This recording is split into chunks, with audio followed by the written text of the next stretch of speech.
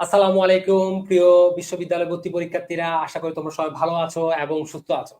আজকে আরো একটি অনেক গুরুত্বপূর্ণ ক্লাসে তোমাদেরকে স্বাগতম। আমরা আজকে আলোচনা করব, তোমাদেরকে আমি গত ক্লাসে বলছিলাম আজকে আমরা চমৎকার দুইটা গুরুত্বপূর্ণ অধ্যায় আলোচনা করবো। একটা হচ্ছে কোম্পানি সংগঠন আর একটা হচ্ছে শেয়ার সংক্রান্ত বিস্তারিত। শেয়ার বাজার থেকে শুরু করে, শেয়ারের প্রকারভেদ থেকে শুরু করে, শেয়ারের বিভিন্ন মালিকানা দলিল থেকে শুরু করে বিস্তারিত আলোচনা করবো আজকে ইনশাল্লাহ। সো আমি এটা আশা করবো তোমরা খুব দ্রুত আমার সাথে জয়েন করবা এবং একসাথে মিলে আমরা ক্লাসটা করবো ইনশাল্লাহ। আমাকে ঠিকভাবে শোনা যাচ্ছে কিনা একটু কমেন্টে জানাও, দ্রুত সবাই একটু কমেন্টে জানাও আমাকে ঠিকভাবে শোনা যাচ্ছে কিনা। আমরা দেখতেছি আমাদের সাথে অনেকেই জয়েন করা শুরু করতেছে, আমাকে একটু তোমরা কমেন্টে জানাও সব ঠিকঠাক ভাবে শোনা যাচ্ছে কিনা। সব ঠিকভাবে শোনা যাচ্ছে কিনা দ্রুত একটু তোমরা কমেন্টে জানাও ইনশাল্লাহ। আমরা তোমাদেরকে তো বলছিলাম আজকে আমরা আলোচনা করব কোম্পানি সংগঠন এবং শেয়ার বাজার, শেয়ারের প্রকারভেদ সহ বিস্তারিত আমরা আলোচনা করবো ইনশাল্লাহ। সো আমরা দেখতেছি আমাদের সাথে অনেকেই জয়েন করা শুরু করছে। আমরা দেখবো হয়তো খুব অল্প সময়ের মধ্যে বাকি সবাই আমাদের সাথে জয়েন করবে ইনশাল্লাহ। খুব অল্প সময়ের মধ্যে বাকি সকলে আমাদের সাথে জয়েন করবে, আমরা একসাথে মিলে ইনশাল্লাহ খুব ভালো একটি ক্লাস করবো আজকে। এবং আজকে ক্লাসটা তোমাদের জন্য অনেক বেশি গুরুত্বপূর্ণ। কেন গুরুত্বপূর্ণ আমি আবারও বলছি, আজকে ক্লাসটা বেশি গুরুত্ব হওয়ার অন্যতম একটা কারণ হচ্ছে কোম্পানি সংগঠন এবং শেয়ার বাজার থেকে প্রায় প্রতি বছর অনেকগুলো প্রশ্ন পরীক্ষা আসে। সো আজকে ক্লাসটা যারা হবে আমার আমার বিশ্বাস তারা এই প্রশ্নগুলো ইনশাল্লাহ খুব ভালোভাবে উত্তর দেওয়া হবে। অনেকে সালাম দিচ্ছে, ওয়ালাইকুম সালাম। আশা করি তোমরা সবাই খুব ভালো আছো আমার বিশ্বাস।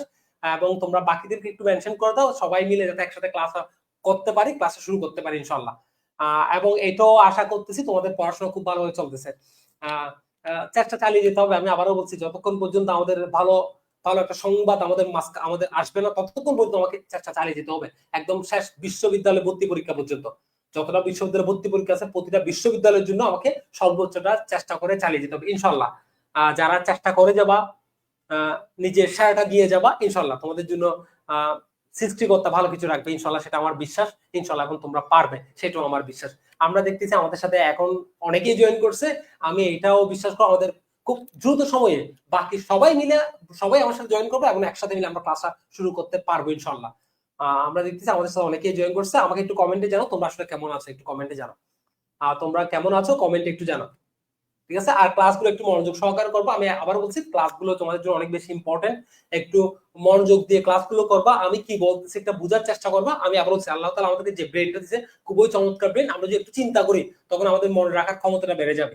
আমরা যখনই আমি যা কিছু পড়াবো মুখে মুখে বলার চেষ্টা করবা এবং আমি কি বলতেছি সেটা চিন্তা করবা, তখন তোমার জন্য সহজ হয়ে যাবে ইনশাল্লাহ পরীক্ষায়। আমার এটাও বিশ্বাস তোমরা যারা ঠিকভাবে ক্লাস করবে, আমি বড় মতোই বলে আসি, যারা নিয়মিত ক্লাস করে এবং প্রতিটা ক্লাস যারা লাইভে থাকা অবস্থায় করে তারা প্রতিবারই আমি দেখি ওই ছেলে মেয়েগুলো প্রতিবারই সবচেয়ে বেশি চান্স পাই। বলতে গেলে সবাই যারা নিয়মিত ক্লাস করে তারাই আসলে মানে তাদের কোনো না কোনো একটা ভালো বিশ্ববিদ্যালয় হয়, এটাই স্বাভাবিক। সো আমার বিশ্বাস থাকবে তোমরাও ঠিক নিয়মিত যে বাকি যে সামনের ক্লাসগুলো আছে ঠিক এখন যেভাবে তোমরা ক্লাস করে যাচ্ছ ইনশাল্লাহ বাকি ক্লাসগুলো করা যাবে। আমাকে অনেকে বলছে আলহামদুলিল্লাহ ভালো। আলহামদুলিল্লাহ আমিও ভালো আছি। আচ্ছা, তাহলে আমরা শুরু করতে যাচ্ছি। আমরা আজকে আলোচনা করবো কোম্পানি সংগঠন নিয়ে। আমরা জানি কোম্পানি বা যৌথ মূলধনী সংগঠন এটাকে বলা হয়। আমরা জানি কোম্পানি আসলে কি। কোম্পানি হচ্ছে 1994 সালের কোম্পানি আইনের অধীনে গঠিত, পরিচালিত এবং নিবন্ধিত প্রতিষ্ঠানকে কোম্পানি সংগঠন বলে। তাহলে কোম্পানি আইনের 1994 সালে, তাহলে কোম্পানি আইন কত সালে? 1994 সালে। আর বিশ্বের প্রথম কোম্পানি আইন হচ্ছে কত? 1844 সালে। বিশ্বের প্রথম কোম্পানি আইন 1844 সালে, যেটি পাশ হয় ব্রিটিশ পার্লামেন্টে। যেটি পাশ হয় কোথায়? ব্রিটিশ পার্লামেন্টে। আর বর্তমান কোম্পানি আইন হচ্ছে 1994 সালে, যেটি কার্যকর হয় 1 জানুয়ারি 1995 থেকে। তাহলে বর্তমান যে কোম্পানি আইন, সেই কোম্পানি আইনটি কার্যকর হয় কখন থেকে? আমরা উত্তরে দিব 1 জানুয়ারি 1995 সাল থেকে। 1 জানুয়ারি 1995 সাল থেকে। আর কোম্পানি আইন কত সালে? 1994 সালে। আর বিশ্বের প্রথম কোম্পানি আইন কত সালে? 1844 সালে। আমরা সেটা মনে রাখার চেষ্টা করবো। আর কোম্পানি প্রথমবারের মতো নিজ নামে লেনদেন করা শুরু করে 1855 থেকে। কোম্পানি প্রথমবারের মতো নিজ নামে লেনদেন শুরু করে, অর্থাৎ নিজ নাম ব্যবহার করে লেনদেন শুরু করে 1855 সাল থেকে। 1800 কত সাল থেকে? 55 সাল থেকে। আমরা সেটা মনে রাখার চেষ্টা করবো, ঠিক আছে? আমাদের এখানে আছে, তোমরা শুধু আমার সাথে একটু মনোযোগ দিবে, লিখার দরকার নেই, কোনো কিছু লিখার দরকার নেই, শুধু ক্লাসটা মনোযোগ সহকারে দেখে যাবা, হয়তো কমেন্ট করবে না, আমার সাথে মুখে মুখে বলে যাবে। আমি আবার চমৎকার ভাবে শেষ হবে এবং খুব গুরুত্বপূর্ণ একটা ক্লাস আজকে। আমরা কোম্পানি সংগঠন এবং শেয়ার বাজার, যেখান থেকে প্রতি বছর অনেকগুলো প্রশ্ন পরীক্ষা আসে এবং আমার বিশ্বাস যারা আজকে ক্লাসটা করবে তারা প্রতিটা প্রশ্নের উত্তর দিয়ে আসতে পারবে ইনশাল্লাহ, সেটা আমার বিশ্বাস। যারা মনোযোগ সহকারে ক্লাসগুলো করবে ইনশাল্লাহ তারা পারবে, সেটা আমার বিশ্বাস। আচ্ছা, আমরা আমরা বলছিলাম কোম্পানির প্রধান বৈশিষ্ট্যটা কি। আমরা জানি কোম্পানির প্রধান বৈশিষ্ট্য হচ্ছে কৃত্রিম ব্যক্তি সত্তা। কৃত্রিম ব্যক্তি সত্তা, এটা হচ্ছে কোম্পানির প্রধান বৈশিষ্ট্য। কৃত্রিম ব্যক্তি সত্তা বলতে আসলে আমরা কি বুঝি? আমরা জানি কোম্পানি ব্যক্তি না হয়েও ব্যক্তির ন্যায় মর্যাদাবান, ব্যক্তির ন্যায় নিজ নামে চুক্তি সম্পাদন করতে পারে, নিজ নামে লেনদেন করতে পারে, নিজ নামে যে কারো বিরুদ্ধে মামলা করতে পারে। তাহলে কোম্পানির প্রধান বৈশিষ্ট্য হচ্ছে কৃত্রিম ব্যক্তি সত্তা। আর কৃত্রিম ব্যক্তি সত্তা কেন বলা হয়? কোম্পানি নিজ নামে লেনদেন করতে পারে, নিজ নামে চুক্তি করতে পারে এবং নিজ নামে যে কোনো কারো বিরুদ্ধে মামলা করতে পারে, যার কারণে কোম্পানিকে বলা হয় কি কৃত্রিম ব্যক্তি সত্তার অধিকারী। কৃত্রিম ব্যক্তি সত্তার অধিকারী। আর আমরা জানি কোম্পানির দায় হচ্ছে কিরকম, সীমাবদ্ধ। কোম্পানির দায় সীমাবদ্ধ, এটা দুই ভাবে হয়। একটা হচ্ছে শেয়ার মূল্য দ্বারা, আর একটা হচ্ছে প্রতিশ্রুতি মূল্য দ্বারা। একটা শেয়ার মূল্য দ্বারা, একটা কি প্রতিশ্রুতি মূল্য দ্বারা। তাহলে পরীক্ষায় যদি আসে কোম্পানির দায় সীমাবদ্ধ কত ভাবে, আমরা উত্তর দিব দুই ভাবে, শেয়ার মূল্য দ্বারা এবং প্রতিশ্রুতি মূল্য দ্বারা। বাংলাদেশে যে কোম্পানিগুলো আছে এগুলো শুধুমাত্র শেয়ার মূল্য দ্বারা সীমাবদ্ধ কোম্পানি, শেয়ার মূল্য দ্বারা সীমাবদ্ধ কোম্পানি। আশা করবো তোমাদের এটা ক্লিয়ার। আমি আবার বলছি আজকের লেকচারটা তোমাদের জন্য অনেক বেশি গুরুত্বপূর্ণ। আমার বিশ্বাস তোমরা সবাই মনোযোগ সহকারে ক্লাসটা করবে শেষ পর্যন্ত, এবং এইটা থেকে যে 4টা 5টা বা 6টা পর্যন্ত প্রশ্ন আসতে পারে পরীক্ষায় ইনশাআল্লাহ। জিএসটি তো হয়তো আরো বেশি আসতে পারে, 6-7টাও আসতে পারে ইনশাআল্লাহ। যারা মনোযোগ সহকারে ক্লাসটা করবা, বুঝার চেষ্টা করবে, ইনশাআল্লাহ আমার বিশ্বাস তারা অবশ্যই যতটা পরীক্ষায় প্রশ্ন আসুক তোমরা পারবা। ঠিক আছে, একটু মনোযোগ দরকার।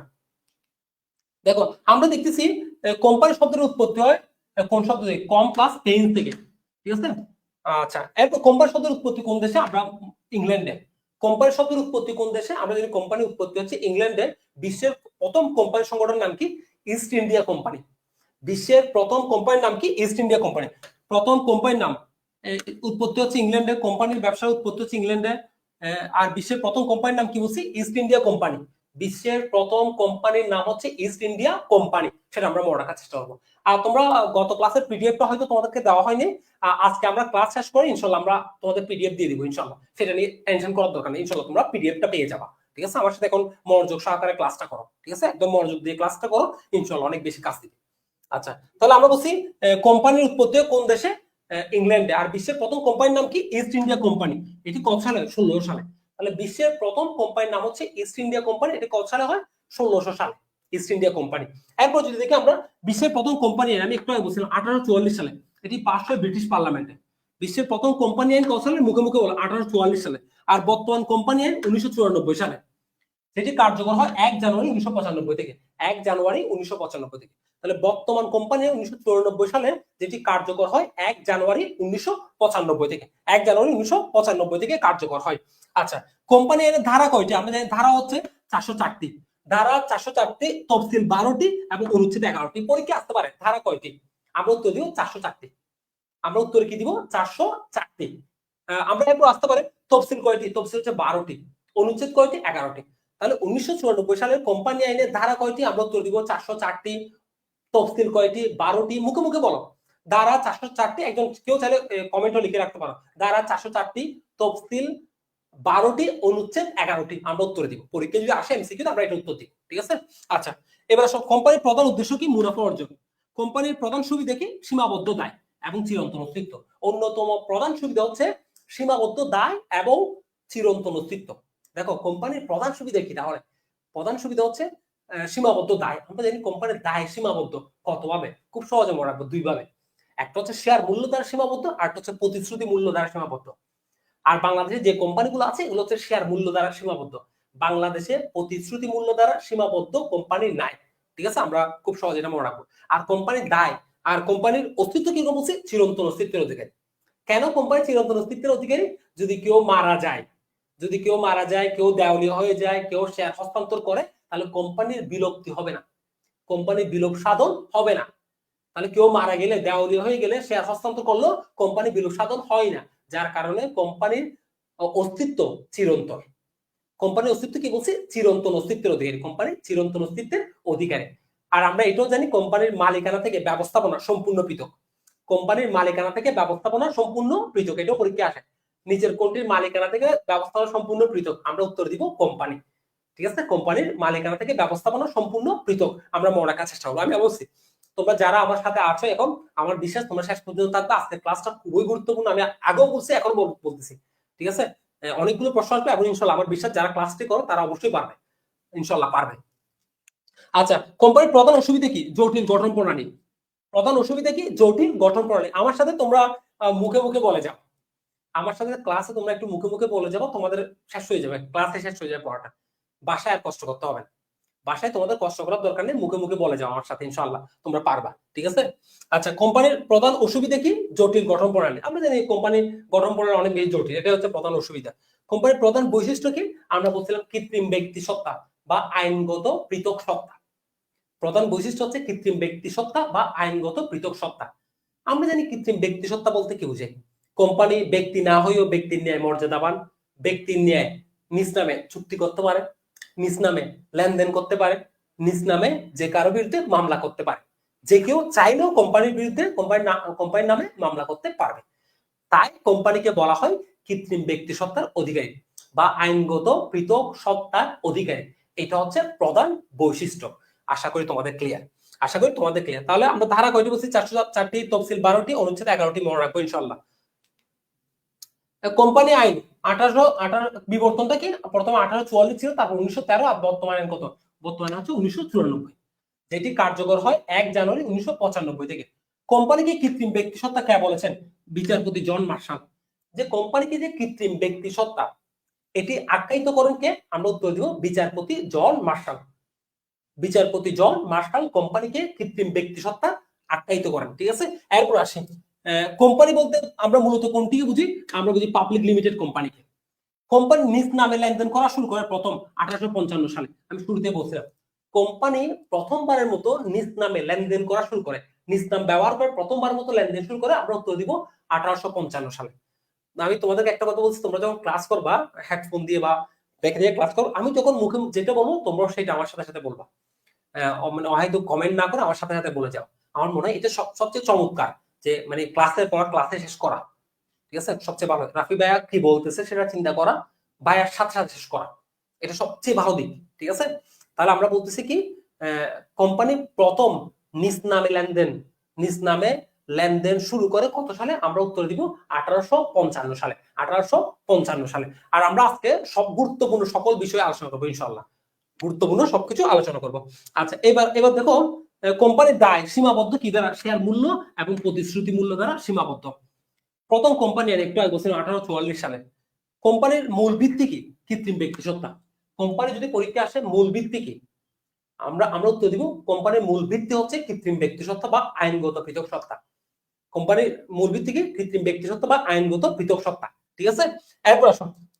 আচ্ছা, এরপর দেখো, আমরা জানি কোম্পানির নিবন্ধন পত্রকে কি বলা হয়? নিবন্ধন পত্রকে বলা হয় জন্ম সনদ অথবা সার্টিফিকেট অফ ইনকর্পোরেশন অথবা বার্থ সার্টিফিকেট। তাহলে নিবন্ধন পত্রকে কি বলা হয়? জন্ম সনদ বলা হয়। ঠিক আছে? এরপর বলছি কি বার্থ সার্টিফিকেট বলা হয়। এরপর কি বলছি? ইংলিশে কি বলা হয়? আরো একটা নামে বলা হয় কি সার্টিফিকেট অফ ইনকর্পোরেশন। দেখো, তাহলে পরীক্ষায় একটা প্রশ্ন আসতে পারে, নিচের কোনটির মাধ্যমে কোম্পানি চিরন্তন অস্তিত্ব লাভ করে? অথবা কৃত্রিম ব্যক্তি সত্তা বা আইনগত সত্তা লাভ করে, অথবা তালিকাভুক্ত হয় বা কোম্পানি তালিকাভুক্ত হয়?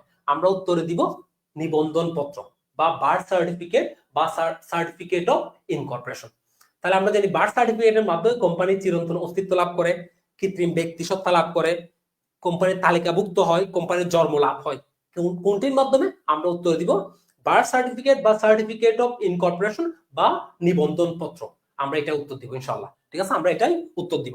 আচ্ছা, আর কোম্পানির প্রধান দলিল কোনটি? আমরা জানি কোম্পানির প্রধান দলিল হচ্ছে কি? তাহলে এটা বলছি, প্রধান দলিল হচ্ছে কি স্মারকলিপি বা পরিমেল বন্ধ। কোম্পানির প্রধান দলিল কি? স্মারকলিপি। আমরা কোম্পানির প্রধান দলিল বলা হয় কেন এটাকে? কারণ কোম্পানির প্রধান দলিল বলা হয় কারণ এখানে কোম্পানির মূল বিষয়গুলো এখানে উল্লেখ থাকে স্মারকলিপিতে। আমরা জানি 6টি গুরুত্বপূর্ণ ধারা, প্রধান 6টি ধারা: নাম দ্বারা, উদ্দেশ্য দ্বারা, অবস্থান দ্বারা, দায় দ্বারা, সম্মতি দ্বারা, মূলধন দ্বারা। তাহলে কোম্পানির সবচেয়ে গুরুত্বপূর্ণ বিষয়গুলো কোথায় উল্লেখ থাকে? স্মারকলিপিতে। যার কারণে স্মারকলিপিকে কোম্পানির প্রধান দলিল বলা হয়, সংবিধান বলা হয়, গঠনতন্ত্র বলা হয়, কোম্পানির কার্যক্ষমতার দলিল বলা হয়, তারপর কোম্পানির নীল নকশা বা ব্লু প্রিন্ট বলা হয়, কোম্পানির চরিত্র বলা হয়। এছাড়া আমরা জানি স্মারকলিপিকে অন্য নামে ডাকা হয় সংঘ স্মারক, স্মারকপত্র, পরিমেল বন্ধ। ঠিক আছে? মেমোরেন্ডাম অফ অ্যাসোসিয়েশন, সংক্ষেপে এমএ। ঠিক আছে? এরপর আমরা বলছি কি এটিকে বলা হয় গঠনতন্ত্র, সংবিধান, কার্যক্ষমতার দলিল, নীল নকশা বা ব্লু প্রিন্ট। ঠিক আছে? কোম্পানির চরিত্র। এগুলো কেন বলা হয় আসলে? এটা বলা হয় কারণ কোম্পানির মূল বিষয়গুলো কোথায় উল্লেখ থাকে, প্রধান প্রধান যে বিষয়গুলো সেগুলো উল্লেখ থাকে স্মারকলিপিতে। আমরা এটা মাথায় রাখবো। তবে যখন বলবো যে কোম্পানি কৃত্রিম ব্যক্তিসত্তার অধিকারী হয়, চিরন্তন অস্তিত্ব লাভ করে, আইনগত সত্তা লাভ করে কোনটির মাধ্যমে, তখন কিন্তু আমরা উত্তর দিব কোনটি। এটা অবশ্যই নিবন্ধন পত্র, এটা ভুল করি না, এটা ভুলের স্মারকলিপি দিও না, ঠিক আছে। এটা তো উত্তর দিব কি, নিবন্ধন পত্র বা বার্থ সার্টিফিকেট বা সার্টিফিকেট অফ ইনকর্পোরেশন। সো আশা করবো তোমাদের ক্লিয়ার। আমি অবশ্যই যারা একদম মনোযোগী থাকবা, আজকের ক্লাসটা তোমার জন্য একটা বেস্ট ক্লাস হয়ে যাচ্ছে। আমি অবশ্যই একদম সর্বোচ্চ বেস্ট একটা ক্লাস, এবং এই ক্লাসটা থেকে তুমি যে 5টা 6টা বা 7টা পর্যন্ত পরীক্ষা প্রশ্ন আসতে পারে বিশ্ববিদ্যালয়ে, যে সামনে জিএসটি আসতে পারে 7টা পর্যন্ত আসে আমি জানি, এই জায়গাগুলোতে 7টা পর্যন্ত আসতে পারে কোম্পানি এবং শেয়ার বাজার বা শেয়ারের বিস্তারিত থেকে। সো ক্লাসটা মনোযোগ সহকারে করতে হবে, একদম বুঝে বুঝে করতে হবে আমার সাথে, ইনশাল্লাহ ভালো কিছু হতে যাচ্ছে। যারা ঠিকভাবে নিয়মিত ক্লাস করবে, আমি বলার মতো বলে থাকি যে যারা নিয়মিত ক্লাস করে তারা ভালো রেজাল্ট করবে, এটাই স্বাভাবিক, ঠিক আছে। তাহলে আমরা বলছি কোম্পানির গঠনতন্ত্র, মূল দলিল, সংবিধান, সনদ, কার্যক্ষমতার দলিল, ক্ষমতা সীমা, ব্লু প্রিন্ট, নীল নকশা বা ব্লু প্রিন্ট, কোম্পানির চরিত্র বলা কোনটিকে, স্মারকলিপিকে, স্মারকলিপি বা মেমোরেন্ডাম অফ অ্যাসোসিয়েশন। আচ্ছা, কোম্পানি আইন আমরা জানি কোম্পানি কি, কোম্পানি হচ্ছে আমরা জানি 1994 সালে কোম্পানি আইনের অধীনে গঠিত, পরিচালিত এবং নিবন্ধিত প্রতিষ্ঠানকে কোম্পানি বলে। 1994 সালে কোম্পানি আইনের অধীনে গঠিত, পরিচালিত এবং নিবন্ধিত প্রতিষ্ঠানকে কি বলা হয়, কোম্পানি বলা হয়। আচ্ছা, আমরা বেসিক কিছু নিয়ে আলোচনা করছি এতক্ষণ ধরে।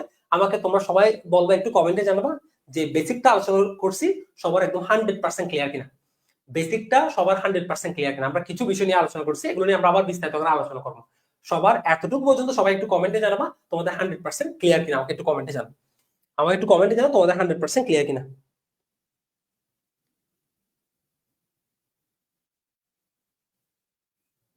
তোমরা একটু কমেন্টে জানাও তোমাদের একদম 100% ক্লিয়ার কিনা।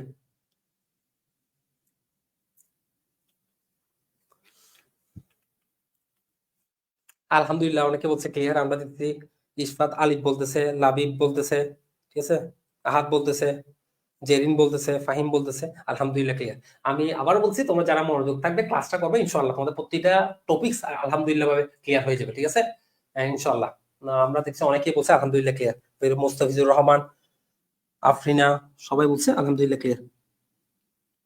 অভ্যন্তরীণ দলিল হচ্ছে, আমরা জানি অভ্যন্তরীণ দলিল বলা হয় কোনটিকে, আমরা জানি অভ্যন্তরীণ দলিল বলা হয় পরিমেল নিয়মাবলীকে। আমরা সেগুলো বিস্তারিত আলোচনা করবো, সেই বিষয়গুলো নিয়ে আমরা বিস্তারিত আলোচনা করবো, ঠিক আছে। এতটুকু বুঝে সবার ক্লিয়ার আশা করি। এরপর যদি আমরা আসি কোম্পানির বৈশিষ্ট্যগুলো দেখা একটু, আমরা জানি কোম্পানিটি স্বেচ্ছামূলক সংস্থা, জটিল গঠন পদ্ধতি, অধিক মূলধনের প্রয়োজন হয়, ঠিক আছে, বৃহদায়তন প্রতিষ্ঠান, ব্যবস্থাপনা সম্পূর্ণ পৃথক, আইনশৃষ্ট প্রতিষ্ঠান, আইনগত যেগুলো বৈশিষ্ট্য, কৃত্রিম ব্যক্তি হত্যার অধিকারী, চিরন্তন অস্তিত্ব, সীমাবদ্ধ দায়, এগুলো আমরা একটু দেখবো। নিবন্ধন বাধ্যতামূলক, ঠিক আছে। তারপর আমরা এগুলো একটু দেখে নিবো, কর প্রদান করতে হয়, সাহিত্য প্রতিষ্ঠান থাকতে পারে, শেয়ার মূলধন, ঠিক আছে, সিলমোট, এগুলো নিয়ে আমরা একটু আলোচনা করবো। দেখো, এটি একটি আইনশৃষ্ট প্রতিষ্ঠান। আইন কত সালে, 1994 সালে। এটি আইন কত সালে, 1994 সালে। তাহলে 1994 সালে কোম্পানি আইনের অধীনে এটি গঠিত এবং নিবন্ধিত এবং পরিচালিত হয়, ঠিক আছে। কৃত্রিম ব্যক্তি সত্তা, আমরা যদি বলি এটি কৃত্রিম ব্যক্তি সত্তার অধিকারী, এটি প্রধান বৈশিষ্ট্য।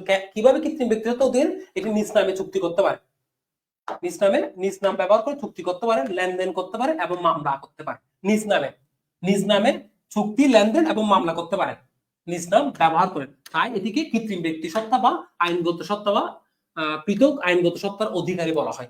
আচ্ছা, চিরন্তন অস্তিত্ব, আমরা বলছিলাম যদি কেউ মারা যায়, শেয়ার হোল্ডাররা দেওয়ানি হয়ে গেলে, মৃত্যুবরণ করলে, শেয়ার হস্তান্তর করলেও এই কোম্পানি বিলুপ সাধন হবে না, এই কোম্পানি কি হবে না, বিলুপ সাধন হবে না। তাই কোম্পানিকে কি বলা হয়, কৃত্রিম ব্যক্তি সত্তার অধিকারী বলা হয়। তোমরা একটু মনোযোগ দাও, তোমরা স্টেপ বাই স্টেপ প্রত্যেকটা প্রশ্নের উত্তরটা পেয়ে যাবে। আসলে ক্লাস মনোযোগ সহকারে ক্লাস করলাম, আমি তো মাত্র শুরু করছি, প্রতিটা টপিক ডিটেইলসে যখন যাবো সবকিছু তোমাদের ক্লিয়ার হয়ে যাবে। মানে এখন থেকে কোয়েশ্চন করার দরকার নেই, আমি আস্তে আস্তে টপিকগুলো ক্লিয়ার করার পরে তখন তোমাদের কোনো প্রশ্ন থাকলে সেটা তোমরা করতে পারবে, সমস্যা নেই, ঠিক আছে। একটু মনোযোগ দাও এখন, কমেন্ট না করে। আচ্ছা, তাহলে আমরা বলছি চিরন্তন অস্তিত্বের অধিকার, এটা অন্যতম প্রধান সুবিধা। কেন, কারণ কোম্পানি যদি কেউ যদি দেওয়ালি হয়ে যায়, শেয়ার হোল্ডাররা দেওয়ালি হয়ে যায়, মৃত্যুবরণ করে, শেয়ার হস্তান্তর করে, কোম্পানি বিলুপ সাধন হবে না, কোম্পানি বিলুপ সাধন হবে না। যার কারণে এটিকে বলা হয় কি, চিরন্তন অস্তিত্বের অধিকারী। সীমাবদ্ধ বা সীমিত দায়, আমরা যে দায় সীমাবদ্ধ বলতে দুইভাবে বুঝি। দায় সীমাবদ্ধ কয় প্রকার, দুই প্রকার। একটা হচ্ছে শেয়ার মূল্য দ্বারা সীমাবদ্ধ, আরেকটা হচ্ছে প্রতিশ্রুতি মূল্য দ্বারা সীমাবদ্ধ। শেয়ার মূল্য দ্বারা দায় সীমাবদ্ধ কয় প্রকার, দুইভাবে। আমরা কি দিব উত্তরে, শেয়ার মূল্য এবং প্রতিশ্রুতি মূল্য। বাংলাদেশে যে কোম্পানিগুলো আছে এগুলো শেয়ার মূল্য দ্বারা আর প্রতিশ্রুতি মূল্য দ্বারা কোম্পানি বাংলাদেশে নাই, তবে দায় দুইভাবে সীমাবদ্ধ হতে পারে। তবে দায় দুইভাবে সীমাবদ্ধ হতে পারে। আমি কিন্তু এগুলো বলে আসছি অলরেডি, আবারও বলতেছি, দেখো দায় দুইভাবে সীমাবদ্ধ হতে পারে। এরপর দেখো সিলমোহর, আমরা জানি কোম্পানির প্রতিটা কাগজপত্রে সিলের ব্যবহারটা বাধ্যতামূলক। প্রতিটা কাগজে সিলের ব্যবহারটা বাধ্যতামূলক, সেটা আমাকে মনে রাখতে হবে। সিলের ব্যবহারটা কি আবশ্যক বা বাধ্যতামূলক। শেয়ার মূলধন, আমরা জানি মূলধনের ক্ষুদ্র ক্ষুদ্র অংশকে আমরা কি বলি, যে শেয়ার বলা হয়। মূলধনের ক্ষুদ্র ক্ষুদ্র অংশে কি বলা হয়, শেয়ার বলা হয়, সেটা আমরা জানি। আচ্ছা, শেয়ার হস্তান্তর যোগ্যতা, আমরা জানি কোম্পানি আইনে 30 ধারা অনুযায়ী, তাহলে কত ধারা অনুযায়ী শেয়ার শেয়ার একটি অস্থাবর সম্পদ, আমরা জানি 30 ধারা অনুযায়ী শেয়ার একটি অস্থাবর সম্পদ। তাহলে কোম্পানি শেয়ার হচ্ছে অস্থাবর সম্পদ, এটি কত ধারা অনুযায়ী, 30 ধারা। আমরা জানি প্রাইভেট লিমিটেড কোম্পানির ক্ষেত্রে শেয়ার অবাধে হস্তান্তর করা যায় না, তবে নিজেদের মধ্যে হস্তান্তর করা যায়, আমরা এটা মনে রাখবো। তবে নিজেদের মধ্যে হস্তান্তর করা যায়, অবাধে হস্তান্তর করা যায় না। তবে পাবলিক লিমিটেড কোম্পানির ক্ষেত্রে শেয়ারগুলো অবাধে হস্তান্তর করা যায়, শেয়ারগুলো অবাধে হস্তান্তর করা যায়। কিসের ক্ষেত্রে, পাবলিক লিমিটেড কোম্পানিগুলোর ক্ষেত্রে শেয়ারগুলো অবাধে হস্তান্তর করা যায়। আর শেয়ার যে একটি অস্থাবর সম্পদ, সেটা কত ধারায় বলা আছে, আমরা উত্তর দিব 30 ধারায়। আমরা মনে করি উত্তর দিব কত, 30 ধারায়। শেয়ার একটি অস্থাবর সম্পদ। তাহলে দেখতেছি কি আমরা, পাবলিক লিমিটেড কোম্পানিগুলো অবাধে হস্তান্তরযোগ্য, তবে প্রাইভেটের গুলো অবাধে হস্তান্তরযোগ্য নয়। তবে প্রাইভেটের গুলো নিজেদের মধ্যে হস্তান্তর করা যায়, নিজেদের মধ্যে হস্তান্তর করা যায়। স্বতন্ত্রধর্মী ব্যবস্থাপনা, আমরা একটু আগে বলছিলাম, ব্যবস্থাপনা ও মালিকানা সম্পূর্ণ পৃথক। পরীক্ষায় পরীক্ষায় এই প্রশ্নটা পরীক্ষা আসে, নিচের কোনটির ক্ষেত্রে ব্যবস্থাপনা এবং মালিকানা সম্পূর্ণ পৃথক, আমরা উত্তর দিব কোম্পানি সংগঠন বা যৌথ মূলধনী কোম্পানির ক্ষেত্রে ব্যবস্থাপনা এবং মালিকানা সম্পূর্ণ পৃথক, সেটা আমরা উত্তরে দিব। ঠিক আছে, আচ্ছা, সেটা আমরা উত্তরে দিব। আর আমরা জানি প্রাইভেট থেকে পাবলিক লিমিটেডে রূপান্তর করতে চাইলে ধারা কত, প্রাইভেট থেকে পাবলিকে হলে 231 ধারা। ইম্পর্টেন্ট, পরীক্ষা আসে, যদি পরীক্ষা আসে যে প্রাইভেটকে পাবলিকে রূপান্তর, ধারা কত, আমরা উত্তর দিব 231। আর পরীক্ষায় যদি আসে পাবলিক থেকে প্রাইভেট, যদি কোনো পাবলিক কোম্পানিকে প্রাইভেটে রূপান্তর করতে চায়, তাহলে ধারা কয়ত, আমরা উত্তর দিব 232। 232 ধারা। যখন পাবলিক থেকে কোথায় আসবে, প্রাইভেটে আসবে, তখন তো হচ্ছে 232 ধারা। আর আমরা জানি উভয় ক্ষেত্রে কোনটি পরিবর্তন করতে হয়, পরিমেল নিয়মাবলী পরিবর্তন করতে হয়। আমরা উত্তর দিব কি, পরিমেল নিয়মাবলী পরিবর্তন করতে হয়। আচ্ছা, পরিমেল নিয়মাবলী পরিবর্তন করতে হয়। ঠিক আছে, পরিমেল নিয়মাবলী পরিবর্তন করতে হয়। প্রাইভেট লিমিটেড কোম্পানি গুলো নিজেদের মধ্য থেকে শেয়ার মূলধন সংগ্রহ করে, নিজেদের মধ্য থেকে শেয়ার মূলধন সংগ্রহ করে। ঠিক আছে, নিজেদের মধ্য থেকে শেয়ার মূলধনটা সংগ্রহ করে। ঠিক আছে, নিজেদের মধ্য থেকে। আচ্ছা, এবার আসো, তাহলে আমরা বলছি কি, আমরা একটা কিন্তু আসলে তোমরা সব উত্তর পেয়ে যাবা, টেনশন নেওয়ার দরকার নেই। আমি বলছি এখানে টেনশন নেওয়ার দরকার নেই, সব উত্তর তোমরা সামনে যখন যাবে, টপিক বাই টপিক যাবো, আমরা সবগুলো ক্লিয়ার করে দিব। আচ্ছা, আর আমরা বলছি প্রাইভেট থেকে পাবলিকে রূপান্তর করার ক্ষেত্রে পরীক্ষা আসে কোনটি পরিবর্তন করতে হয়, আমরা উত্তর দিব পরিবর্তন করতে হয় কোনটি, আমরা উত্তর দিব পরিমেল নিয়মাবলী বা সংঘবিধি বা আর্টিকেলস অফ অ্যাসোসিয়েশন পরিবর্তন করতে হয়। তাহলে পরীক্ষা প্রাইভেট থেকে পাবলিক অথবা পাবলিক থেকে প্রাইভেটে রূপান্তর করতে হলে আমরা উত্তর দিব কোনটি পরিবর্তন করতে হয়, আমরা উত্তর দিব পরিমেল নিয়মাবলী বা সংঘবিধি বা আর্টিকেলস অফ অ্যাসোসিয়েশন, আমরা এটা মনে রাখবো। ঠিক আছে, তোমরা প্রতিটা প্রশ্নের উত্তরটা পেয়ে যাবে, যারা ক্লাস করবে, যত প্রশ্ন মাথায় আছে ইনশাআল্লাহ আমার বিশ্বাস ক্লাস যখন শেষ হবে প্রতিটা প্রশ্নের উত্তর পেয়ে যাবে। ঠিক আছে, আর আমি যখন তোমাদেরকে বলবো এতটুকু ক্লিয়ার কিনা, তখন তুমি ওই টপিকস নিয়ে প্রশ্ন করতে পারবা। ঠিক আছে, তোমাদের বুঝতে সহজ হবে, অন্যথায় তুমি প্রশ্ন করতে গিয়ে ক্লাসটা মিস করে ফেলবা, গুরুত্বপূর্ণ বিষয়গুলো মিস করে ফেলবা, আমার কথাগুলো মিস করে ফেলবা। ঠিক আছে, আচ্ছা, তাহলে আমরা বলছি ব্যবস্থাপনা থেকে মালিকানা সম্পূর্ণ পৃথক, প্রাইভেট থেকে পাবলিক হলে 231, পাবলিক থেকে প্রাইভেট হলে 232। আর উভয় ক্ষেত্রে কোনটি পরিবর্তন করতে হয়, পরিমেল নিয়মাবলী বা আর্টিকেলস অফ অ্যাসোসিয়েশন, এটা মনে রাখবা। আচ্ছা, এবার আসো সদস্য সংখ্যা, আমরা জানি প্রাইভেটে 2 থেকে 50, আমরা সবাই জানি, আর পাবলিকে প্রাইভেটে 2 থেকে 50 আর পাবলিকে 7 থেকে 7 দ্বারা সীমাবদ্ধ, আমরা সবাই জানি। আর পরিচালক প্রাইভেটের ক্ষেত্রে কমপক্ষে 2 জন, প্রাইভেটের ক্ষেত্রে কমপক্ষে 2 জন, আর পাবলিকের ক্ষেত্রে কমপক্ষে 3 জন পরিচালক থাকতে হয়। আর যদি হোল্ডিং কোম্পানি হয়, হোল্ডিং কোম্পানি হলে উভয় ক্ষেত্রে 3 জন, কমপক্ষে 3 জন পরিচালক থাকতে হবে। যদি যদি হোল্ডিং কোম্পানি কি সেটা নিয়ে আমরা আলোচনা করবো একটু পরে, কোম্পানির প্রকারভেদ আলোচনা করবো। ঠিক আছে, তারপরে পরিচালক সংখ্যা আমরা বলছি কত, কমপক্ষে কত, কমপক্ষে প্রাইভেটের ক্ষেত্রে 2 জন, পাবলিকের ক্ষেত্রে 3 জন, আর হোল্ডিং কোম্পানি হলে যে কোনো উভয় ক্ষেত্রে কমপক্ষে 3 জন, সেটা আমরা মনে রাখবো, ইম্পর্টেন্ট। ঠিক আছে, আশা করবো এতটুকু পর্যন্ত সবার ক্লিয়ার। সবাই একটু কমেন্টে জানাও এতটুকু পর্যন্ত তোমাদের ক্লিয়ার কিনা, আমাকে একটু তোমরা দ্রুত কমেন্টে জানাও এতটুকু পর্যন্ত তোমাদের ক্লিয়ার কিনা। আমি আবার বলছি আজকের ক্লাসটা তোমার জন্য অনেক বেশি ইম্পর্টেন্ট, একটু মনোযোগ দিবা। হয়তো কমেন্ট না করে মনোযোগটা বেশি ইম্পর্টেন্ট। আমি ইম্পর্টেন্ট না এমন কোনো কিছু আমি বাদ দিব না, মানে ইম্পর্টেন্ট আছে এমন কোনো কিছু আমি তোমাদের বাদ দিব না, এটা মাথায় রাখতে পারবা। ঠিক আছে, ইম্পর্টেন্ট কোনো কিছুই তোমাদের বাদ যাবে না ইনশাআল্লাহ, যদি ক্লাসটা মনোযোগ সহকারে করো। এতটুকু পর্যন্ত সবার ক্লিয়ার কিনা বলো একটু। আচ্ছা, আমরা দেখছি আয়াত রহমান বলছে আলহামদুলিল্লাহ ক্লিয়ার ভাই।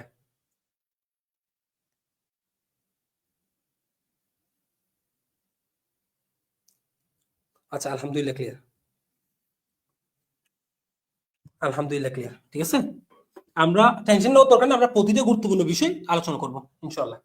ঠিক আছে, আলহামদুলিল্লাহ ক্লিয়ার, সবাই বলছে 100% ক্লিয়ার। এবার দেখো কোম্পানি গঠন পদ্ধতি, গঠনের ধাপ কয়টি? আমরা দেখছি কোম্পানি গঠনের ধাপ হচ্ছে কয়টি? 4টি। কোম্পানি গঠনের ধাপ কয়টি? 4টি। ইম্পর্টেন্ট, একটু মনোযোগ দাও। কোম্পানি গঠনের ধাপ কয়টি? 4টি।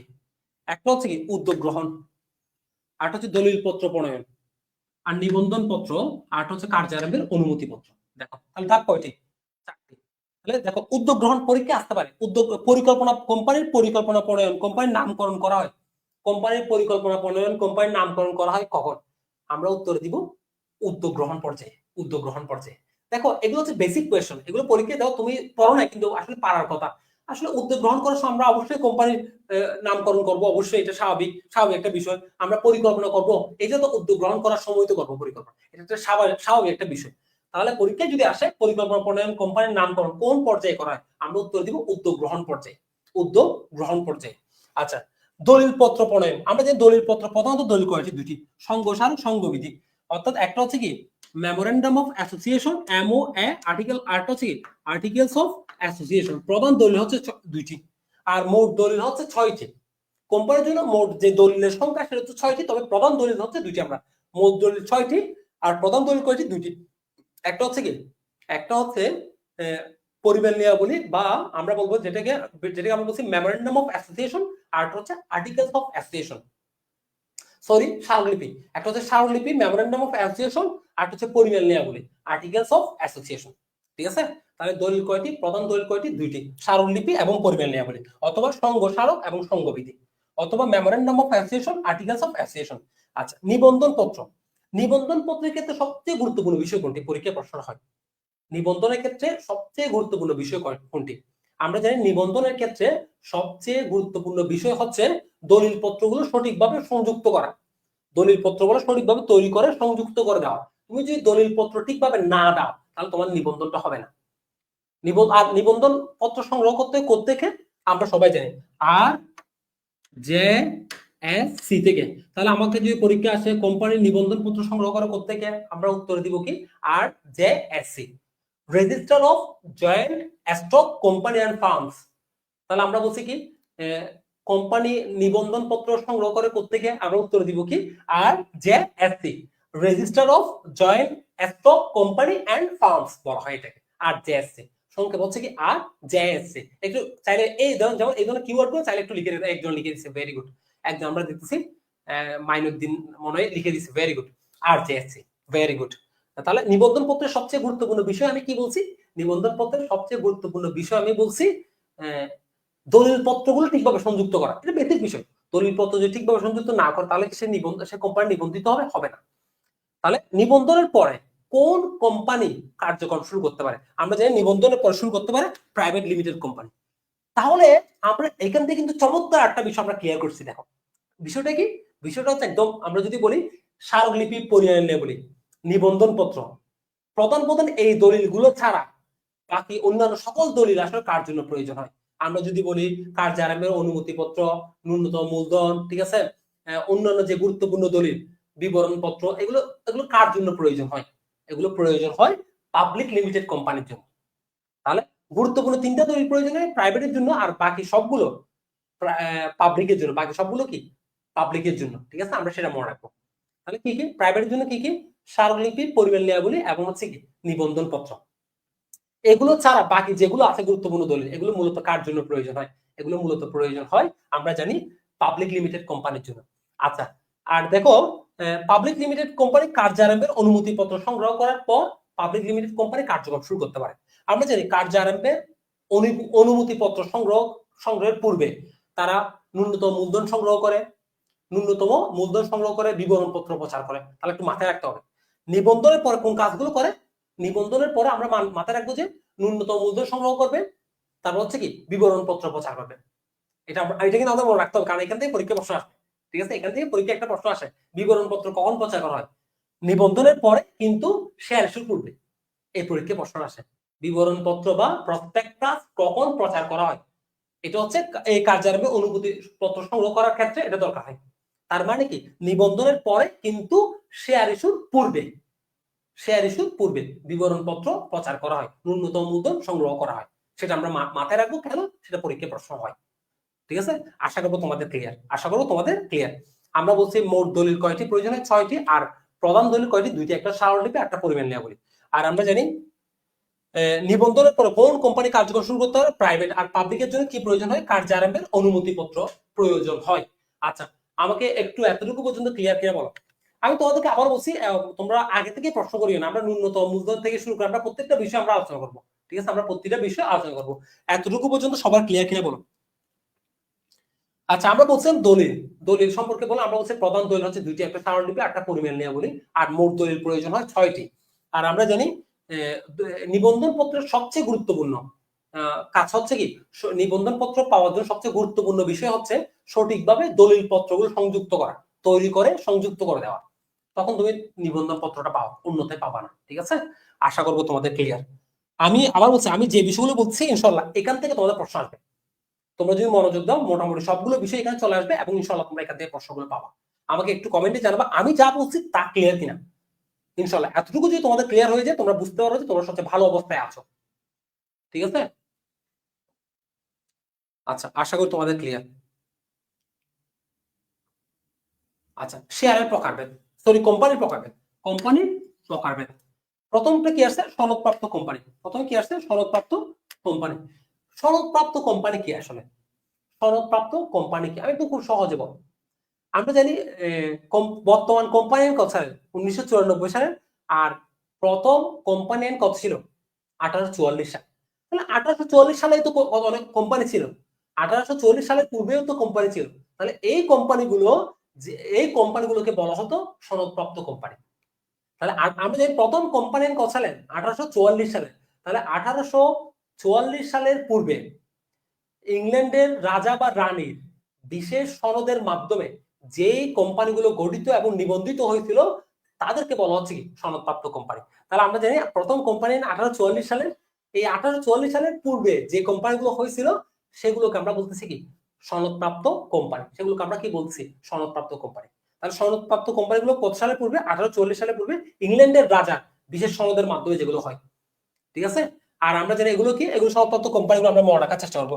East India company, chartered bank of England, নামগুলো দেখলে বুঝতে পারবা। চার্টার্ড মার্কেন্টাইল ব্যাংক, হার্টসন ব্যাং কোম্পানি, নেভাল মাস্কোবা কোম্পানি, নেভাল কোম্পানি। তাহলে আমার সাথে মুখোমুখি একবার বলো। তাহলে আমরা দেখো এখানে বলছি 1844 সালের কোম্পানি পাশের পূর্বে সেই দেশের বা ইংল্যান্ডের রাজার বিশেষ সনদের মাধ্যমে, রয়্যাল চার্টারের মাধ্যমে যে কোম্পানিগুলো গঠিত হয় তাদেরকে বলা হয় সনদপ্রাপ্ত কোম্পানি।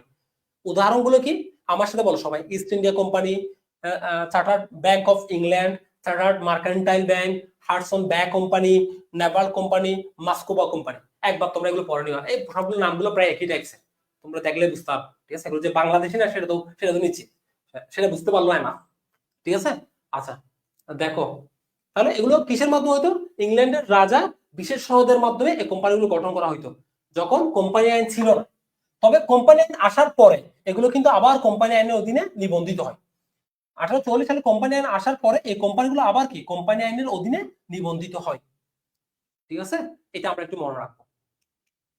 আচ্ছা, সংবিধিবদ্ধ কোম্পানি। এখন আমরা আলোচনা করবো সংবিধিবদ্ধ কোম্পানি। খুবই ইম্পর্টেন্ট, 3 স্টার।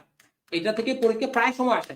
আমি খুব সহজ তোমাদেরকে বুঝাবো। আমি আবার বলছি, এই সংবিধিবদ্ধ কোম্পানিটা তোমরা খুব সহজেই পারবা, একদম কোনো টেনশন রাখা ছাড়া। আমি বলছি মুখস্থ করার দরকার নেই। আমি সবসময় বলি যে আমার কাজগুলো তোমরা মনোযোগ সহকারে করলে, একটু চিন্তা করে তোমরা বুঝতে পারবা। এখানে মুখস্থ করার কোনো বিষয় নেই। ঠিক আছে, মুখস্থ করার কোনো বিষয় নেই। ঠিক আছে, একটা জিনিস মাথায় রাখবা, জাস্ট একটা জিনিস মাথায় রাখবে। এখানে কত আছে সংবিধিবদ্ধ কোম্পানিটা কি?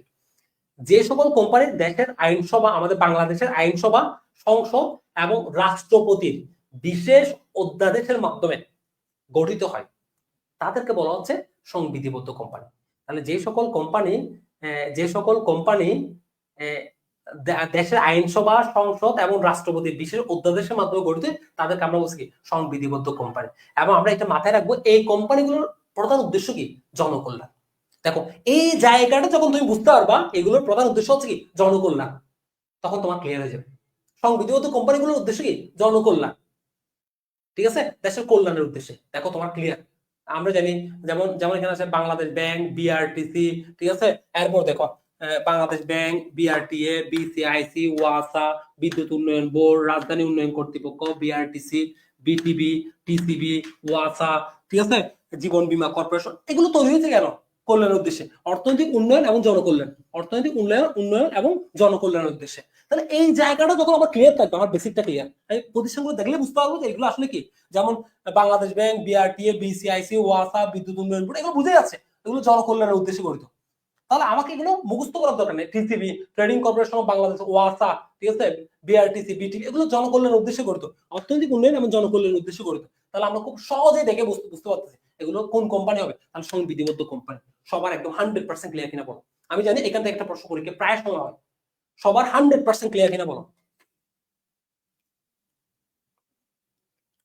সবার 100% ক্লিয়ার কিনা বলো। আমি একদম দেখতে সবার 100% ক্লিয়ার কিনা, একদম সবাইকে দেখতে চাই 100% ক্লিয়ার কিনা।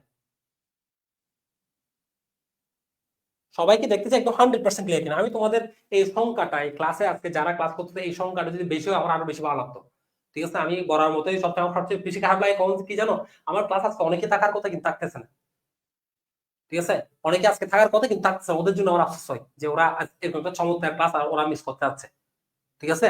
শুধু মনোযোগ দিবা আর বেশি রাফি ভাইয়া ভাইয়া কিভাবে বলছে চিন্তা করবা, দেখ তোমার জন্য ক্লিয়ার হয়ে যাবে, ঠিক আছে। আল্লাহ আমাদের যে ব্রেনটা দিছে, একটু চিন্তা করলে আমরা কিন্তু অনেক কিছু পারবো, আমাদের বারবার পড়ার দরকার নেই। দেখো এখানে কি পয়েন্ট গুলো মাথায় রাখলে যে জনকল্যাণ এবং অর্থনৈতিক উন্নয়ন, তাও তোমার এই উদাহরণগুলো তুমি নিজ থেকে পারবা। তাহলে দেখো বাংলাদেশ ব্যাংক, বিআরটিসি, বিসিআই, ওয়াসা, বিদ্যুৎ উন্নয়ন বোর্ড, টিসিবি, রাজধানী উন্নয়ন কর্তৃপক্ষ, এগুলো হচ্ছে কি সংবিধিবদ্ধ কোম্পানি। সবাই বলছে আলহামদুলিল্লাহ ক্লিয়ার স্যার। তোমরা যে আলহামদুলিল্লাহ ক্লিয়ার করো সেটা খুব ভালো লাগে। আচ্ছা, এবার দেখো, আচ্ছা, হোল্ডিং কোম্পানি, হোল্ডিং কোম্পানি আর সাবসিডিয়ারি কোম্পানি ইম্পর্টেন্ট।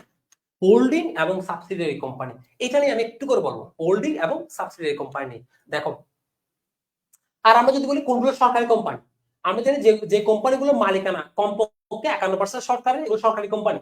আর যে কোম্পানিগুলোর মালিকানা কমপক্ষে আহ, মালিকানা কমপক্ষে 51% বেসরকারি, সেগুলো হচ্ছে বেসরকারি কোম্পানি। একদম খুব সহজে সরকারি এবং বেসরকারি কোম্পানিগুলো মনে রাখা যায়। তাহলে কমপক্ষে 51% মালিকানা যদি সরকারি হয় তাহলে সরকারি কোম্পানি, কমপক্ষে 51% মালিকানা যদি বেসরকারি হয় তাহলে সেগুলো হচ্ছে বেসরকারি কোম্পানি, ঠিক আছে। এবার আসবো আমরা হোল্ডিং এবং সাবসিডিয়ারি কোম্পানি। এই দুইটা কোম্পানি থেকে পরীক্ষা প্রশ্ন আসতে পারে, ইম্পর্টেন্ট। আমি বলছি সম্ভাবনা বেশি, যেগুলো সম্ভাবনা বেশি সেগুলো আমি বলে দিই। এই দুইটা প্রবিশ থেকে প্রশ্ন সবচেয়ে বেশি আসতে পারে। আচ্ছা, এবার দেখো, এবার খুব সহজ আমরা মনে রাখবো হোল্ডিং কোম্পানি এবং সাবসিডিয়ারি কোম্পানি। এটা আমরা কিন্তু ব্যাংকিং ও পড়ছি, এটাকে আমরা বলি কি গ্রুপ ব্যাংক। এই হোল্ডিং এবং সাবসিডিয়ারি মিলে কি হয়, গ্রুপ ব্যাংক হয়। আমরা সংজ্ঞাটা এবার বলতাম, গ্রুপ ব্যাংকের সংজ্ঞাটা এরকম বলতাম, যখন একটি শক্তিশালী ব্যাংকের অধীনে হয়ে কিছু ছোট ছোট বা দুর্বল ব্যাংক তাদের ব্যাংকিং কার্যক্রম সম্পাদন করে, তখন তাদেরকে বলা হচ্ছে কি গ্রুপ ব্যাংক। এখানে শক্তিশালী ব্যাংকটিকে বলা হয় হোল্ডিং ব্যাংক, আর ছোট ছোট ব্যাংকগুলোকে বলা হয় সাবসিডিয়ারি ব্যাংক। তাহলে আমরা জানি হোল্ডিং ব্যাংক সাবসিডিয়ারি ব্যাংকগুলোকে কি করে, নিয়ন্ত্রণ করে। তাহলে হোল্ডিং ব্যাংক হচ্ছে একটি নিয়ন্ত্রণকারী ব্যাংক। হোল্ডিং ব্যাংক যেহেতু নিয়ন্ত্রণ করে, তাহলে হোল্ডিং ব্যাংকের মালিকানা কমপক্ষে 51%। আর সাবসিডিয়ারি ব্যাংকগুলো যেহেতু অন্য বড় একটা কোম্পানির অধীনে নিয়ন্ত্রিত হয়, তার মানে সাবসিডিয়ারি কোম্পানিগুলোর মালিকানা, শেয়ার মালিকানা সর্বোচ্চ 49%, এর চেয়ে বেশি হতে পারবে না, সর্বোচ্চ 49%। আমরা কিন্তু এটা খুব সহজে মনে রাখতে পারি। ধরো আমরা বলছিলাম কি গ্রুপ ব্যাংক, হোল্ডিং এবং সাবসিডিয়ারি মিলে কি হয়, গ্রুপ ব্যাংক হয়। হোল্ডিং এবং সাবসিডিয়ারি মিলে কি হয়, আমরা জানি গ্রুপ ব্যাংক হয়। তাহলে আমরা মনে রাখতে পারি এইভাবে। আমার সাথে বলো, আমার সাথে মুখে বললে সবচেয়ে বেশি ভালো হয়। তোমরা সবাই আমার সাথে মুখে মুখে বলো, একদম যারা যে কতজন ক্লাস করতো সবাই মুখে মুখে বলো আমার সাথে। আমাদের পরিবার একটি গ্রুপ ব্যাংক, আমাদের পরিবার একটি গ্রুপ ব্যাংক, আমার বাবা হোল্ডিং ব্যাংক, আমরা সবাই সাবসিডিয়ারি ব্যাংক। তাহলে আজকে থেকে আমার বাবা হচ্ছে হোল্ডিং ব্যাংক, আমার বাবা হচ্ছে শক্তিশালী ব্যাংক, আমাদেরকে নিয়ন্ত্রণ করে। আমার বাবার সবচেয়ে হোল্ডিং ব্যাংক সবচেয়ে ক্ষমতাধর, কমপক্ষে শেয়ার মালিকানা কমপক্ষে 51%। আর আমরা সবাই মিলে সাবসিডিয়ারি ব্যাংক, আজকে থেকে আমরা কোন ব্যাংক? Subsidiary bank. তাহলে আর আমাদের শেয়ার মালিকানা সর্বোচ্চ কত পার্সেন্ট? 49%। আমাদের শেয়ার মালিকানা সর্বোচ্চ কত? 49%। দেখো আমরা খুব সহজে এবার চিন্তা করেও আমরা মনে রাখতে পারি। ঠিক আছে, আমাদের পরিবারের নাম কি বলছি? Group bank. আমাদের পরিবারের নাম কি? Group bank. আর তাহলে আমার বাবা হচ্ছে কি হোল্ডিং ব্যাংক, আর আমরা সবাই হচ্ছে কি সাবসিডিয়ারি ব্যাংক। ঠিক আছে, তাহলে দেখো হোল্ডিং কোম্পানি কি? যেটা অন্য কোম্পানির কমপক্ষে 51% শেয়ারের মালিকানা। আর এটিকে নিয়ন্ত্রক কোম্পানি বলা হয়, এটি সাবসিডিয়ারি কোম্পানিগুলোকে পরিচালিত করে। ঠিক আছে, আর সাবসিডিয়ারি কোম্পানিগুলো মালিকানা অংশ সর্বোচ্চ কত পার্সেন্ট? 49%। এটি এটি হোল্ডিং কোম্পানির আওতাধীন কোম্পানি বলা হয়। ঠিক আছে, হোল্ডিং কোম্পানির অধীনে হয়ে এটি কার্যক্রম পরিচালিত করে। ঠিক আছে, এইটা আমরা মনে রাখবো। আচ্ছা, এবার আমাকে বলো এই দুইটা ক্লিয়ার কিনা? এই দুইটা ক্লিয়ার কিনা? ওয়াসা একটি স্বায়ত্তশাসিত প্রতিষ্ঠান, আর আমরা জানি বেশিরভাগ সংবিধিবদ্ধ কোম্পানিগুলো হচ্ছে কি স্বায়ত্তশাসিত প্রতিষ্ঠান। ঠিক আছে, বেশিরভাগ সংবিধিবদ্ধ কোম্পানিগুলো স্বায়ত্তশাসিত প্রতিষ্ঠান। আচ্ছা, আমাকে বলো তো ক্লিয়ার কিনা? তাহলে হোল্ডিং ব্যাংক হচ্ছে নিয়ন্ত্রণকারী ব্যাংক, যেটি সাবসিডিয়ারি ব্যাংকগুলোকে নিয়ন্ত্রণ করে, আর মালিকানা কমপক্ষে 51%। আর সাবসিডিয়ারি ব্যাংকগুলো হচ্ছে কি হোল্ডিং ব্যাংকের অধীনে হয়ে কাজ করে, যেটি মালিকানা হতে পারে শেয়ার মালিকানা সর্বোচ্চ 49%। এটা থেকে কিন্তু পরীক্ষা আসতে পারে, আমি বলছি ইম্পর্টেন্ট, এটা থেকে পরীক্ষা আসতে পারে, ইম্পর্টেন্ট। ঠিক আছে, আশা করবো সবার ক্লিয়ার। বিদেশি কোম্পানি, আমরা জানি বিদেশি কোম্পানি সম্পর্কে কত ধারা বলা হয়েছে? 378 ধারা। যে কোম্পানিগুলো দেশের বাইরে গঠিত এবং নিবন্ধিত। ঠিক আছে, এরপরে বিশেষ কোম্পানিটা ইম্পর্টেন্ট, আমরা এটা নিয়ে একটু আলোচনা করবো। বিশেষ কোম্পানি ইম্পর্টেন্ট। বিশেষ কোম্পানি, দেখো বিশেষ কোম্পানি এগুলোকে কেন বলা হয়? একদম খুব সহজ, আমরা বলবো ইম্পর্টেন্ট, পরীক্ষা প্রশ্ন আসতে পারে, আর সম্ভাবনা বেশি।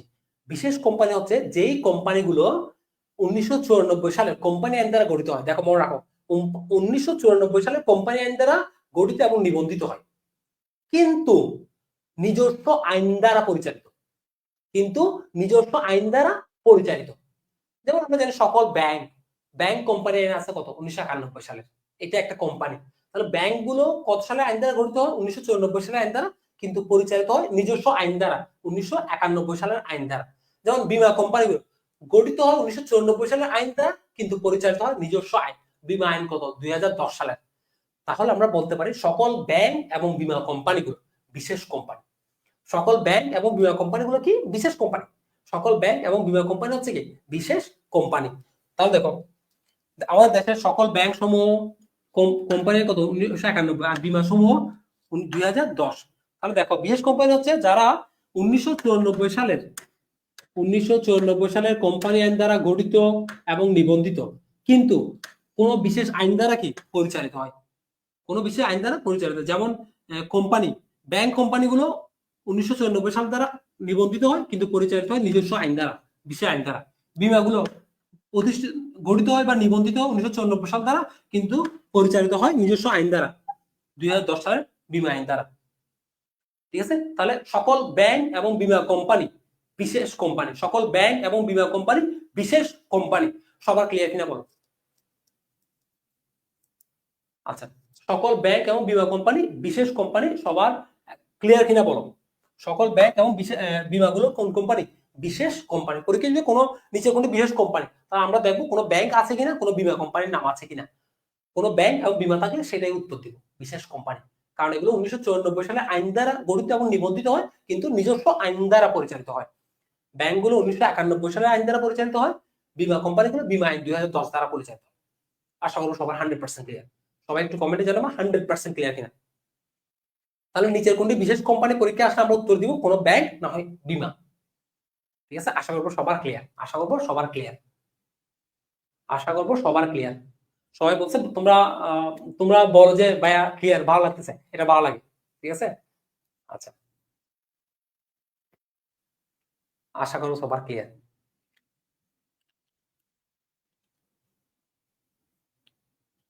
আচ্ছা, অনেকক্ষণ তোমাদেরকে আসলে ছোট্ট একটা ঘটনা শেয়ার করি, মজার একটা ঘটনা শেয়ার করি। অনেকক্ষণ পড়ানো হয়েছে, ছোট্ট একটা মজার একটা ঘটনা শেয়ার করি।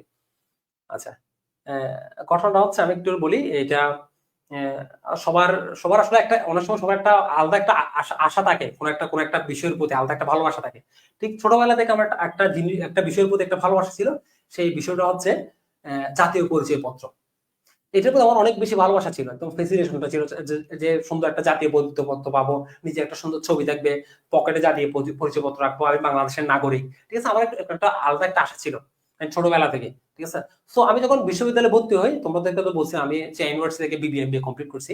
বিশ্ববিদ্যালয়ে যখন ভর্তি হই, আমি ভর্তি হওয়ার পরে আমার আব্বু আমাকে ফোন করে বলছে, রাফি তুই চলে আয়, তোর জাতীয় পরিচয়পত্রের জন্য ছবি তোলা হচ্ছে, তুই যখন আমি জাতীয় পরিচয়পত্র সব মানে পাওয়ার যে প্রক্রিয়া সেটা শুরু হচ্ছে, তো বলছে জাতীয় পরিচয়পত্রের ছবি তোলা হচ্ছে, তুই চলে ইউনিয়ন পরিষদে তোর ছবি তোলা। মা, এটা শোনার পর আমি অনেক বেশি আগ্রহ অনেক বেশি খুশি যে হ্যাঁ, যে আমার সব মনে হয় আশাটা পূর্ণ হতে যাচ্ছে, জাতীয় সুন্দর একটা জাতীয় পরিচয়পত্র। আমি এত খুশি হয়েছি, আব্বা বলার সাথে সাথে আমি বলছি, আব্বু আমি আজকে আসতেছি। আমি খুব দ্রুত একদম রেডি হয়ে সোজা আমি শহর থেকে চলে গেলাম গ্রামের উদ্দেশ্যে ইউনিয়ন পরিষদে ছবি তোলার জন্য। একদম চুল তুলে স্পাইক করে একদম সেরকম নায়কের মতো ভাবসাব নিয়ে চলে গেলাম ইউনিয়ন পরিষদে ছবি তোলার জন্য। এখন ছবি যিনি তুলতেছেন, ইনি ছবি তোলার পরে বলতেছে, দেখেন রাফি ভাই, আমরা তো অনেকদিন ধরে ছবি তুলতেছি আপনাদের এলাকায়, প্রায় 1 সপ্তাহ ধরে ছবি তুলতেছি, আপনার ছবিটা সবচেয়ে বেশি সুন্দর হয়েছে। ওমা, এটা শোনার পর আমার আগ্রহটা আরো বেড়ে গেছে। আচ্ছা, কি বলেন ভাই, সবচেয়ে বেশি সুন্দর হয়েছে? আমি বলছিলাম তো খুব এক্সাইটেড ছিলাম যে একটা নতুন একটা সুন্দর একটা জাতীয় পরিচয়পত্র। আমি বললাম, ভাই এটা আসতে কতদিন সময় লাগতে পারে? তখন উনি আমাকে বলছে, দেখেন এটা একটা লেন্দি প্রসেস, প্রায় আসতে এটা সময় লাগতে পারে প্রায় 6 থেকে 7 মাস। তো আমি বললাম কোনো সমস্যা নেই, ভালো একটা জিনিসের জন্য 6 থেকে 7 মাস অপেক্ষা করা যায়, ভালো একটা জিনিসের জন্য। তো খুব এক্সাইটেড ছিলাম যে সুন্দর একটা জাতীয় পরিচয়, ছবিও সুন্দর হয়েছে, খুব সুন্দর একটা জাতীয় পরিচয়পত্র। ঠিক 6-7 মাস পরে আবার ফোন করা হয়েছে যে রাফি তোর জাতীয়, আমার আব্বু ফোন করছে, বলছে তোর জাতীয় পরিচয়পত্র আমি চলে আসছে। আচ্ছা, কি বললাম, আমি এখনই আসতেছি, খুব এক্সাইটেড। তো আমি সরাসরি বাড়িতে না গিয়ে ইউনিয়ন পরিষদে চলে গেছি। তো আমি ইউনিয়ন পরিষদে যাওয়ার পরে জাতীয় পরিচয়পত্র হাতে নিয়ে, ও আমি তো পুরাই অবাক। দেখে আমাকে পুরাই মনে হচ্ছে ডাকাইতের মতো, জেলখানায় 10-12 দিন মনে হয় রিমান্ড রাখার পরে এই ছবিটা তুলেছে, পুরাই ডাকাইতের মতো লাগতেছে, মানে চোরের মতো লাগতেছে, ডাকাইতের মতো কালো সাদা ঝাপসা এই অবস্থা। আমি তো দেখে পুরাই অবাক, কিন্তু এত সুন্দর হওয়ার পর আমার এই অবস্থা, আপনার কি বাকিদেরকে দেখা যাবে তাহলে? মানে এত বাজে অবস্থা। এরপর যত জায়গায় গেছি, মানে সবাই আমার দিকে তাকায় একবার, আবার জাতীয় পরিচয়পত্রের দিকে তাকায়, বলছে, মানে জিজ্ঞেস করে আসলে এটা কি আপনি নাকি অন্য কেউ। মানে আমার অবস্থা হচ্ছে এটা, মানে পুরো আশাটাই শেষ, মানে পুরো আশাটাই শেষ। তো এরপর থেকে আমার একটা নিজের মধ্যে একটা বিশ্বাস জন্ম হয়ে গেছে। বিশ্বাস হচ্ছে এরকম যে একজন লোক ততটা কম সুন্দর না যতটা তাকে জাতীয় পরিচয়পত্রে দেখা যায়। আবার একজন লোক ততটা বেশি সুন্দর না যতটা তাকে ফেসবুকের প্রোফাইল পিকচারে দেখা যায়। এটাই হচ্ছে বাস্তবতা, এটাই বাস্তবতা। ঠিক আছে, ওই এর মতো বলে এটাই বাস্তব। ঠিক আছে, এই হচ্ছে অবস্থা। আশা করি তোমাদেরকে দেখাইতে পারলে ভালোই, তো জাতীয় পরিচয়পত্রটা তোমরা তাহলে বুঝতে পারতা যে মানে পুরাই কিরকম লাগতেছে এটা। ঠিক আছে, আচ্ছা, এখন এখন এখনের ছবিগুলো কিন্তু অনেক ভালো। আচ্ছা, আমরা নেক্সট চলে যাই। আমরা অলরেডি আলোচনা করছিলাম পরিচালক সংখ্যা নিয়ে। আমরা জানি প্রাইভেটের ক্ষেত্রে কয়জন, কমপক্ষে 2 জন।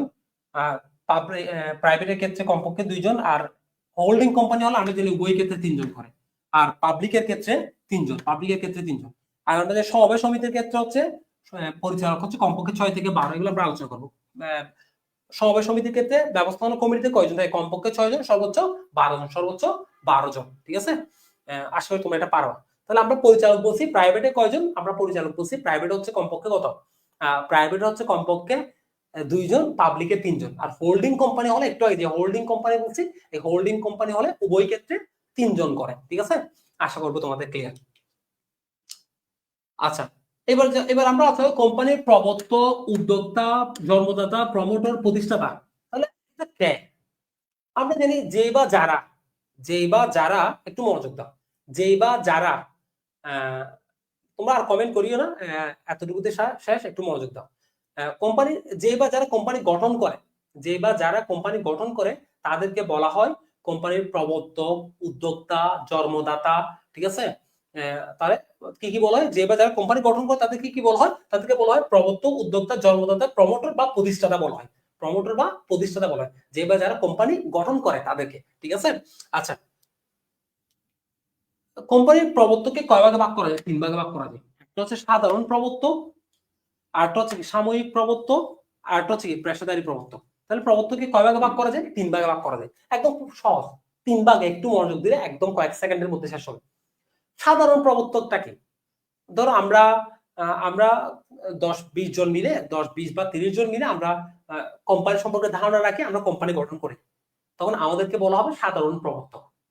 আমরা সাধারণ কিছু মানুষ আমরা কোম্পানি সম্পর্কে ধারণা রাখি, আমরা কোম্পানি গঠন করি। যদি আমরা কোম্পানি গঠন করি তাহলে আমাদেরকে বলা হবে সাধারণ প্রবর্তক।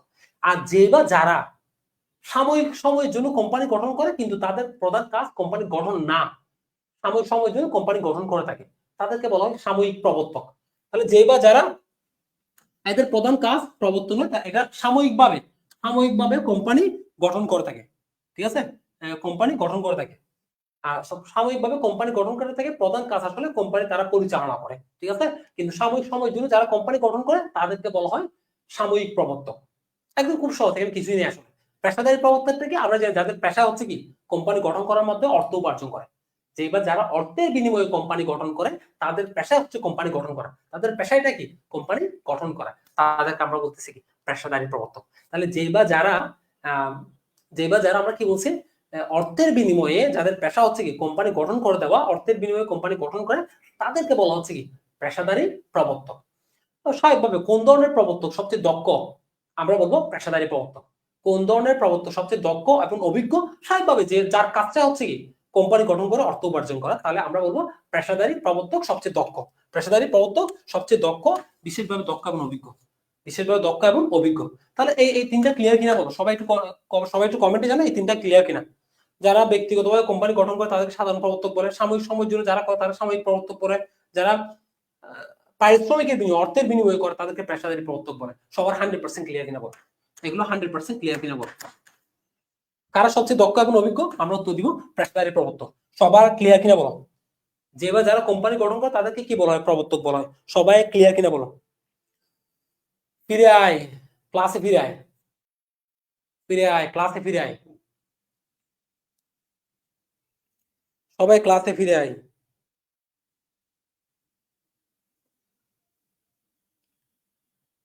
আচ্ছা, আমরা দেখতেছি অনেকেই কমেন্ট করতেছে। সিয়াম সরকার, তাবাসসুম, মোহাম্মদ রানা, আয়াত রহমান, ঐশী, সবাই বলছে, নিশাত তাসনিম, ঠিক আছে, জাহিদ, সবাই বলছে ক্লিয়ার। সামিহা, আসিফ, রবিউল ইসলাম, ঠিক আছে, তারপর বলছে হ্যাঁ সবাই ক্লিয়ার। নাদিয়া সুলতানা, রনি ঘোষ, সবাই বলছে ক্লিয়ার। আচ্ছা, ভেরি গুড, ভেরি গুড, আলহামদুলিল্লাহ ক্লিয়ার। আচ্ছা দেখো, সবাই বলছে আলহামদুলিল্লাহ ক্লিয়ার। আচ্ছা এবার দেখো, এখানে আমরা দুইটা পেশাদারী প্রবর্তকের উদাহরণ দিচ্ছি, IDBB, industrial development bank of Bangladesh, এগুলো কিসের উদাহরণ, পেশাদারী প্রবর্তকের উদাহরণ। বিআইডিসি, তাহলে আইডিবি, বিআইডিসি, ঠিক আছে, ম্যানেজিং এজেন্ট, এগুলোকে পেশাদারী প্রবর্তক বলা হয়। বিআইডিসি মানে কি, Bangladesh industries development corporation, Bangladesh industries development corporation. তাহলে এই দুইটা প্রতিষ্ঠানকে কি বলা হয়, পেশাদারী প্রবর্তক। এই দুইটা প্রতিষ্ঠান কি পেশাদারী প্রবর্তক, অর্থাৎ এই কোম্পানিগুলো অন্য কোম্পানি গঠন করে দেয়, অর্থের বিনিময়ে কোম্পানি গঠন করে দেয়। তাহলে IDBB, industrial development bank of Bangladesh, এবং DIDC, Bangladesh industrial development corporation, DIDC, এগুলোকে আমরা কি বলবো, এগুলোকে আমরা বলবো পেশাদারী প্রবর্তক, পেশাদারী প্রবর্তক, ঠিক আছে। আশা করবো তোমাদের ক্লিয়ার। আচ্ছা এবার দেখো,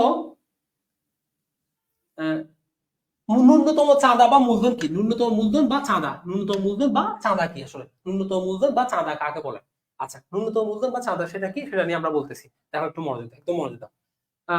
কোম্পানি তার গঠনের জন্য প্রাথমিক খরচ, চলতি মূলধন, ঋণ পরিশোধ, অবল এককের কমিশন ইত্যাদির জন্য যে মূলধনটা সংগ্রহ করে তাকে আমরা বলছি কি ন্যূনতম মূলধন।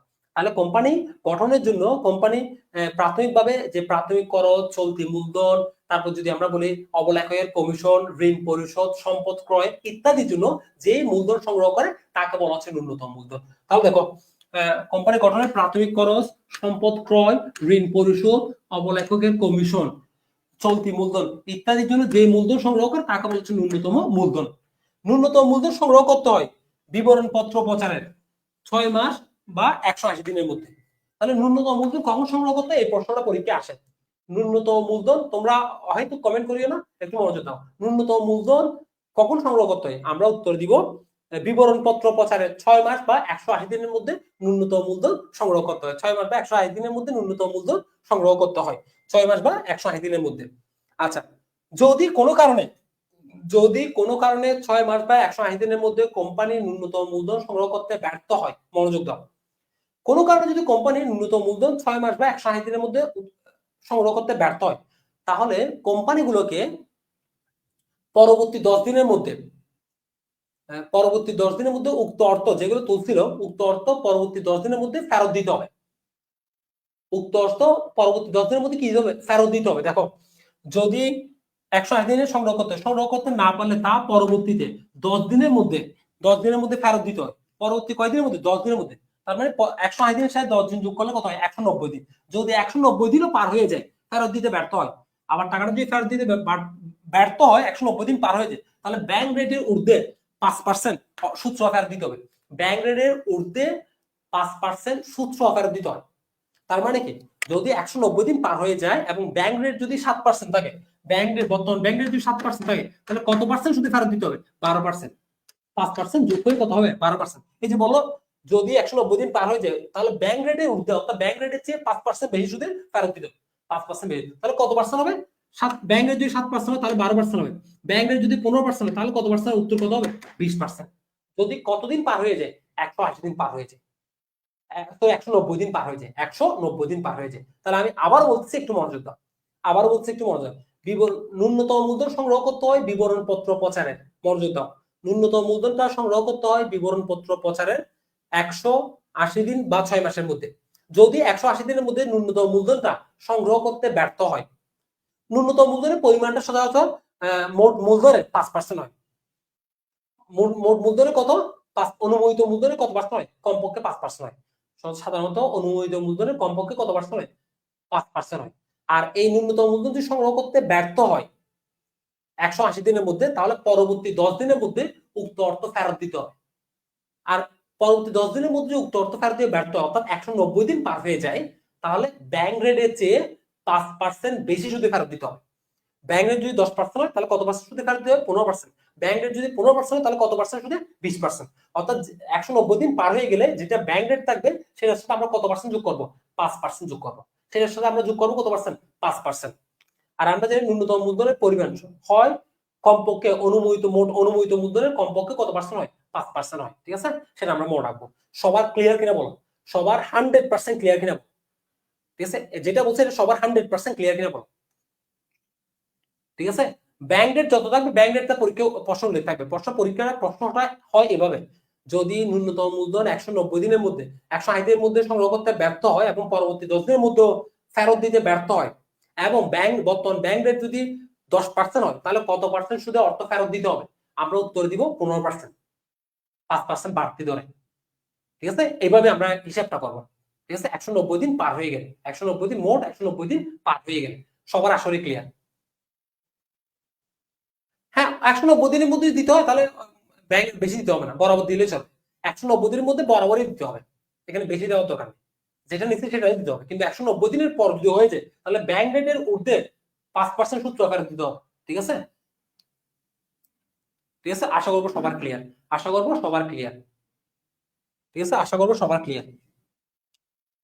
জি ভাইয়া, 100% ক্লিয়ার। আমরা দেখতেছি অনেকে বলছে 100% ক্লিয়ার। ভেরি গুড,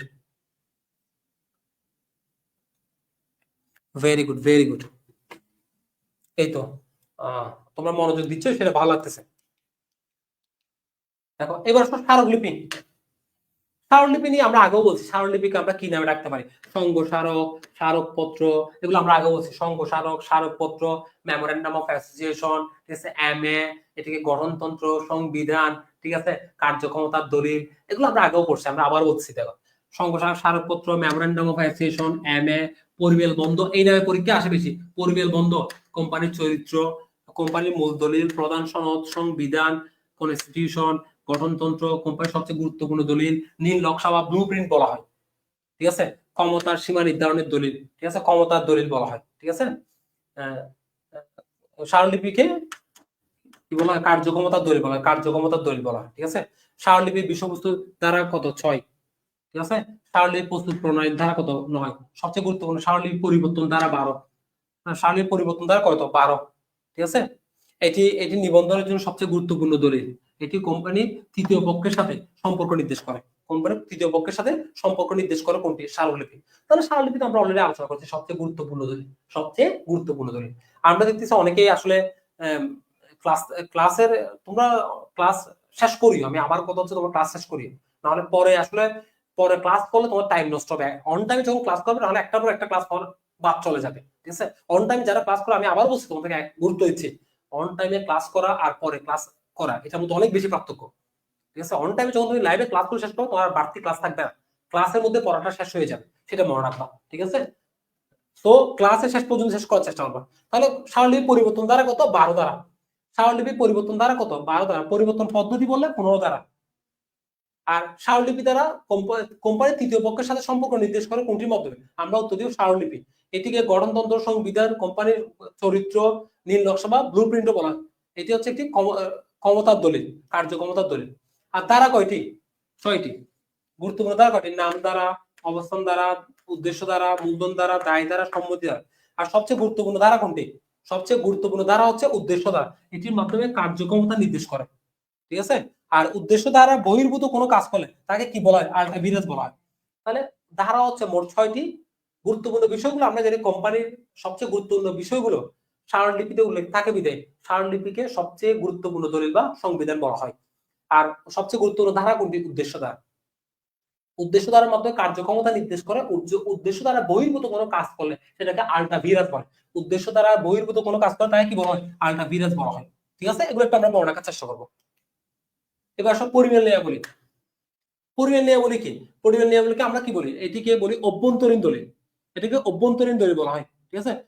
অভ্যন্তরীণ কোম্পানির কার্যাবলী পরিচালনা সংক্রান্ত যাবতীয় বিষয়, নিয়ম নীতি, পরিচালনা সংক্রান্ত যাবতীয় নিয়ম নীতি, অভ্যন্তরীণ সকল নিয়ম নীতি উল্লেখ থাকে পরিমেয় নিয়মাবলীতে। অভ্যন্তরীণ সকল নিয়ম নীতি কোথায় উল্লেখ থাকে? পরিমেয় নিয়মাবলীতে। এটিকে কার্য পদ্ধতির দলিল বলা হয়। যেহেতু সকল নিয়ম নীতি থাকে, এটাকে কার্য পদ্ধতির দলিল বলা হয়। আর কার্যক্ষমতা বললে স্মারকলিপি। কার্যক্ষমতা বললে কি দিব আমরা? স্মারকলিপি দিব, ঠিক আছে। আর এটিকে বলা হয় সংঘবিধি। আমরা আগে বলছি সংঘবিধি, articles of association, double A, ঠিক আছে। এটাকে কার্য পদ্ধতির দলিল বলা হয়, ঠিক আছে। দ্বিতীয় গুরুত্বপূর্ণ দলিল, আমরা এগুলো মনে রাখবো। আর স্মারকলিপির পরিমেয় নিয়মাবলী পরিবর্তন কোনটি ব্যবহার করা যায়? ট্যাবল বা তফসিল এক ব্যবহার করা যায়। ট্যাবল বা তফসিল এক ব্যবহার করা যায়। পরিমেয় নিয়মাবলী পরিবর্তন দ্বারা কত? 20 দ্বারা। পরিমেয় নিয়মাবলী পরিবর্তন দ্বারা কত? 20 দ্বারা। আমরা মনে রাখবো। তাহলে পরিমেয় নিয়মাবলী পরিবর্তন দ্বারা কত? 20 দ্বারা। পরিমেয় নিয়মাবলী পরিবর্তন কোনটি ব্যবহার করা যায়? ট্যাবল এক বা তফসিল এক ব্যবহার করা যায়। পরিমেয় নিয়মাবলী পরিবর্তন দ্বারা কত হচ্ছে? 20। আর স্মারকলিপি পরিবর্তন দ্বারা কত হচ্ছে? 12। স্মারকলিপি পরিবর্তন দ্বারা কত? 12। আমরা এটা, তাহলে কোনটি কার্য পদ্ধতির দলিল? পরিমেয় নিয়মাবলী। কোনটি কার্যক্ষমতার দলিল? স্মারকলিপি, ঠিক আছে। আশা করি তোমাদের ক্লিয়ার। এগুলো একটু বেশি মনে রাখবা, ঠিক আছে। আর বাকিগুলো এখান থেকে বাদ দেখে নিবে তোমরা। আমরা যেগুলো দিব এগুলো বাদ দেখে নিবে তোমরা, ঠিক আছে। আর আমি যেগুলো বলছি এগুলো একটু বেশি মনে রাখার চেষ্টা করবা। সবার এতটুকু পর্যন্ত ক্লিয়ার কিনা বলো? সবার এতটুকু পর্যন্ত ক্লিয়ার কিনা বলো? সবাই কমেন্টে, একদম সবাই কমেন্ট করো এতটুকু পর্যন্ত সবার ক্লিয়ার কিনা। সবার এতটুকু পর্যন্ত ক্লিয়ার কিনা বলো।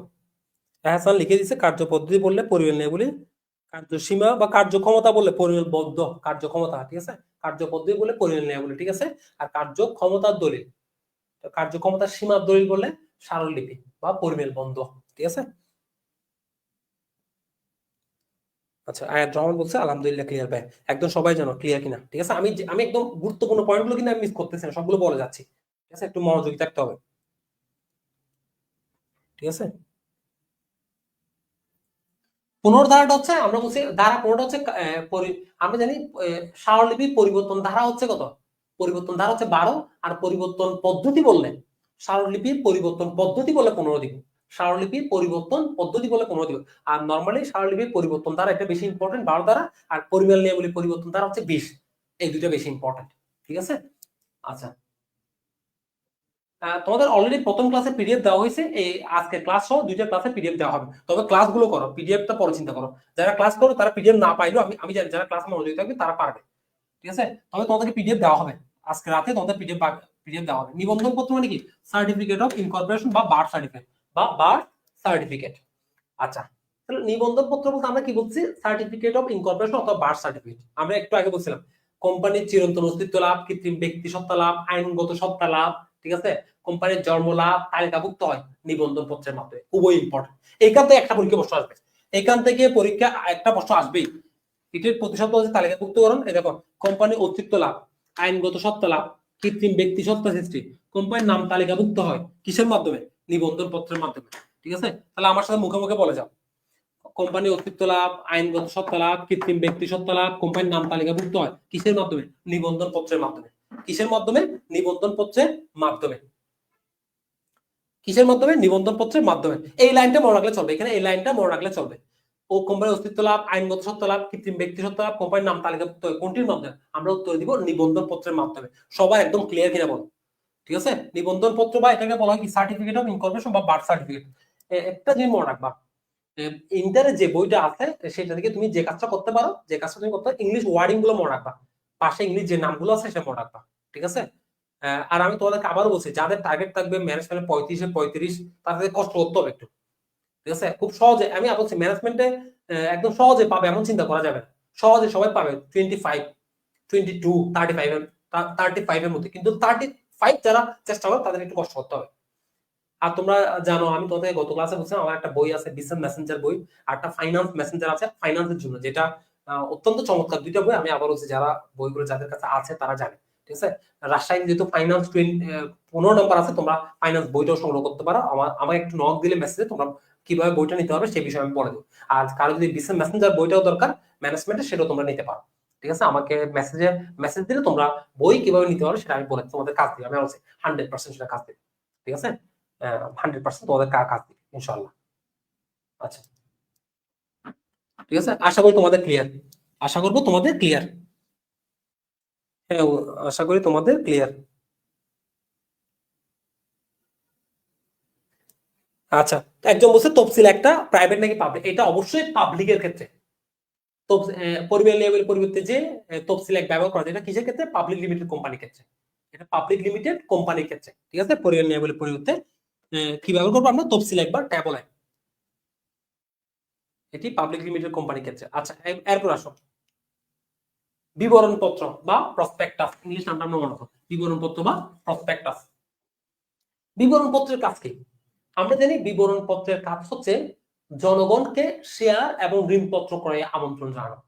আমরা আমরা খুব সহজভাবে জানি বিবরণ পত্র বা প্রসপেক্টাস। তোমরা যখন কোচিংয়ে ভর্তি হও বা কোনো একটা কোচিংয়ে দেখো, ওদের বিবরণ পত্র বা প্রসপেক্টাস থাকে। তারা ওইখানের মধ্যে গুরুত্বপূর্ণ সকল তথ্য দেওয়া থাকে, সেটা দেখে তুমি সিদ্ধান্ত নিবে আসলে তুমি ভর্তি হবে কিনা। প্রসপেক্টাস, আমরা প্রসপেক্টাস নামটাই বেশি শুনে থাকি। ঠিক একইভাবে কোম্পানিও বিবরণ পত্র বা প্রসপেক্টাস বাজারে দিবে, জনগণ সেটা দেখে, হ্যাঁ ইনশাআল্লাহ তোমরা পিডিএফ পেয়ে যাও, টেনশন নিও না। জনগণ সেটা দেখে, আমি বলছি জনগণ সেটা দেখে বিনিয়োগ করার সিদ্ধান্ত নিয়ে থাকে। প্রসপেক্টাস বা বিবরণ পত্র, তার মানে প্রসপেক্টাস বা বিবরণ পত্র প্রচার করে জনগণকে শেয়ার এবং ঋণপত্র ক্রয়ের আমন্ত্রণ জানায়। এগুলোর মাধ্যমে কি করে? জনগণকে শেয়ার এবং ঋণপত্র ক্রয়ের আহ্বান জানায় বা আমন্ত্রণ জানায়, তাকে বলা হচ্ছে বিবরণ পত্র। তাহলে যেই দলিলের মাধ্যমে জনগণকে শেয়ার এবং ঋণপত্র ক্রয়ের আমন্ত্রণ জানায় তাকে বলা হচ্ছে বিবরণ পত্র। দেখো, আমরা এটা বলছিলাম কখন? কার্যারম্ভের অনুমতি পত্রের সময় কি বিবরণ পত্রটা প্রয়োজন হয়। ঠিক আছে, তাহলে নিবন্ধনের পরে বিবরণ পত্র প্রচার করা হয় কখন? নিবন্ধনের পরে, কিন্তু শেয়ার ইস্যুর পূর্বে। আমরা এটা মনে রাখবো, পরীক্ষা আসে। বিবরণ পত্র প্রচার করা হয় নিবন্ধনের পরে, কিন্তু শেয়ার ইস্যুর পূর্বে, সেটা আমরা মনে রাখবো। ঠিক আছে, সেটা আমরা মনে রাখবো। ঠিক আছে, তাহলে কোম্পানি নিবন্ধনের পরে বিবরণ পত্র প্রচার করা হয় নিবন্ধনের পর, কিন্তু শেয়ার বাজারে ছাড়ার আগে।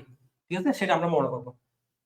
এদিকে আমন্ত্রণ পত্র, প্রসপেক্টাস, প্রচারপত্র, বিজ্ঞপ্তি ইত্যাদি বলা হয়ে থাকে।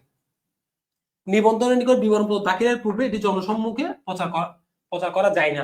ঠিক আছে, নিবন্ধনের নিকট বিবরণপত্র দাখিলের পূর্বে এটা জনসম্মুখে কি করা যায় না? প্রচার করা যায় না। যার কারণে নিবন্ধন পাওয়ার পরে কি হয়? বিবরণ পত্রটা প্রচার করা হয়, কিন্তু শেয়ার ইস্যুর পূর্বে। এখানে বলা আছে দেখো, নিবন্ধনের নিকট বিবরণপত্র দাখিলের পূর্বে এটি জনসম্মুখে প্রচার করা যায় না। তার মানে কি? নিবন্ধন, আমরা বলছিলাম কি বিবরণপত্র কখন প্রচার করা হয়? নিবন্ধনের পরে, কিন্তু শেয়ার ইস্যুর পূর্বে। আশা করি ক্লিয়ার। এটিতে যাবতীয় তথ্যাবলী থাকে, কোম্পানির যাবতীয় তথ্যাবলী থাকে। এটি বিনিয়োগকারীদের জন্য পথ নির্দেশক। মানে পরীক্ষা আসতে পারে কোনটি দেখে জনগণ কোম্পানির শেয়ার ক্রয় করবে? আমরা উত্তর দিব বিবরণ পত্র বা প্রসপেক্টাস দেখে। এটি বিনিয়োগকারীদের জন্য পথ নির্দেশক। এটি বিনিয়োগকারীদের জন্য পথ নির্দেশক। আর বিবরণ পত্র কখন প্রচার করা হয়? নিবন্ধনের পরে, শেয়ার ইস্যুর পূর্বে। কেন প্রচার করা হয়? শেয়ার এবং ঋণপত্র ক্রয়ে আমন্ত্রণ জানানো হয় জনগণকে। এটি কোন কোম্পানির জন্য দরকার? পাবলিক লিমিটেড কোম্পানির জন্য। আমি তোমাদেরকে আগেও বলছি, স্মারকলিপি, পরিবার নিয়মগুলি এবং নিবন্ধন পত্র ছাড়া যেগুলো ন্যূনতম চাঁদা, বিবরণ পত্র, ঠিক আছে, তফসিল একবার ট্যাবল, এগুলো সবগুলো কার জন্য? এগুলো সবগুলো হচ্ছে পাবলিক লিমিটেড কোম্পানির জন্য। ঠিক আছে, আশা করবো সবার ক্লিয়ার। আমাকে একটু কমেন্টে জানাও সবার ক্লিয়ার কিনা।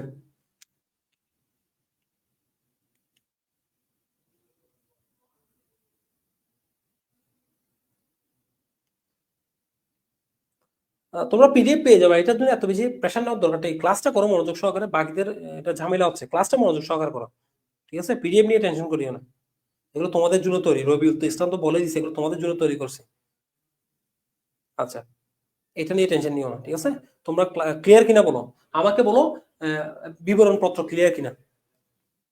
আর যখন বাসায় বই থেকে পড়বা, লেকচার শিট থেকে পড়বা, আমি যে কিওয়ার্ড গুলোকে এবার মার্ক করছি দেখো, আমি যে কিওয়ার্ড গুলোকে লাল কালি দিয়ে বা মার্ক করে রাখছি, কিওয়ার্ড গুলোকে আলাদা আলাদা নিবন্ধনের পর শেয়ার প্রশ্ন, এই কিওয়ার্ড গুলো এবার ঠিক লাল কালি দিয়ে বৃত্ত ভরাট করে বাসায় পড়বা। বাসায় পড়ার সময় ঠিক এইভাবে বৃত্ত ভরাট দিয়ে লাল কালি বৃত্ত ভরাট করে বাসায় তুমি অবশ্যই পড়বা, ঠিক আছে? বাসায় তুমি অবশ্যই পড়বা, ঠিক আছে? এইভাবে বৃত্ত ভরাট করে, ঠিক আছে? তখন তোমার মেমোরাইজিং পাওয়ারটা বেড়ে যাবে। তুমি যখন পৃষ্ঠাগুলো উল্টাবা, কিওয়ার্ড গুলো তোমার চোখের মধ্যে আলাদা আলাদাভাবে অ্যাট্রাকশন ক্রিয়েট করবে, ঠিক আছে? অ্যাটেনশন ক্রিয়েট করবে, ঠিক আছে? তুমি আলাদা আলাদাভাবে তুমি এটা দেখতে পারবো। তো যখনই পড়বা লাল কালি দিয়ে কিওয়ার্ড গুলো গুলবৃত্ত করে করে পড়বা। আর আমি এটাও বিশ্বাস করি, যারা, আমি আবারও বারবার একটা কথা বলছি যে যারা আমার ক্লাসে মনোযোগ দিবে তারা 100% বুঝতে পারবে, হ্যাঁ পরীক্ষা তারা পারবে, এটা নিয়ে কোনো ডাউট নেই, এটা নিয়ে কোনো সন্দেহ নেই, তুমি পরীক্ষা পারবা, সেটা আমার বিশ্বাস। আগের বছরও সবাই যারা যারা ক্লাসগুলো ঠিকভাবে করেছে তারা বলছে তারা পেরে আসছে, ইনশাল্লাহ তোমরাও পারবে, ঠিক আছে?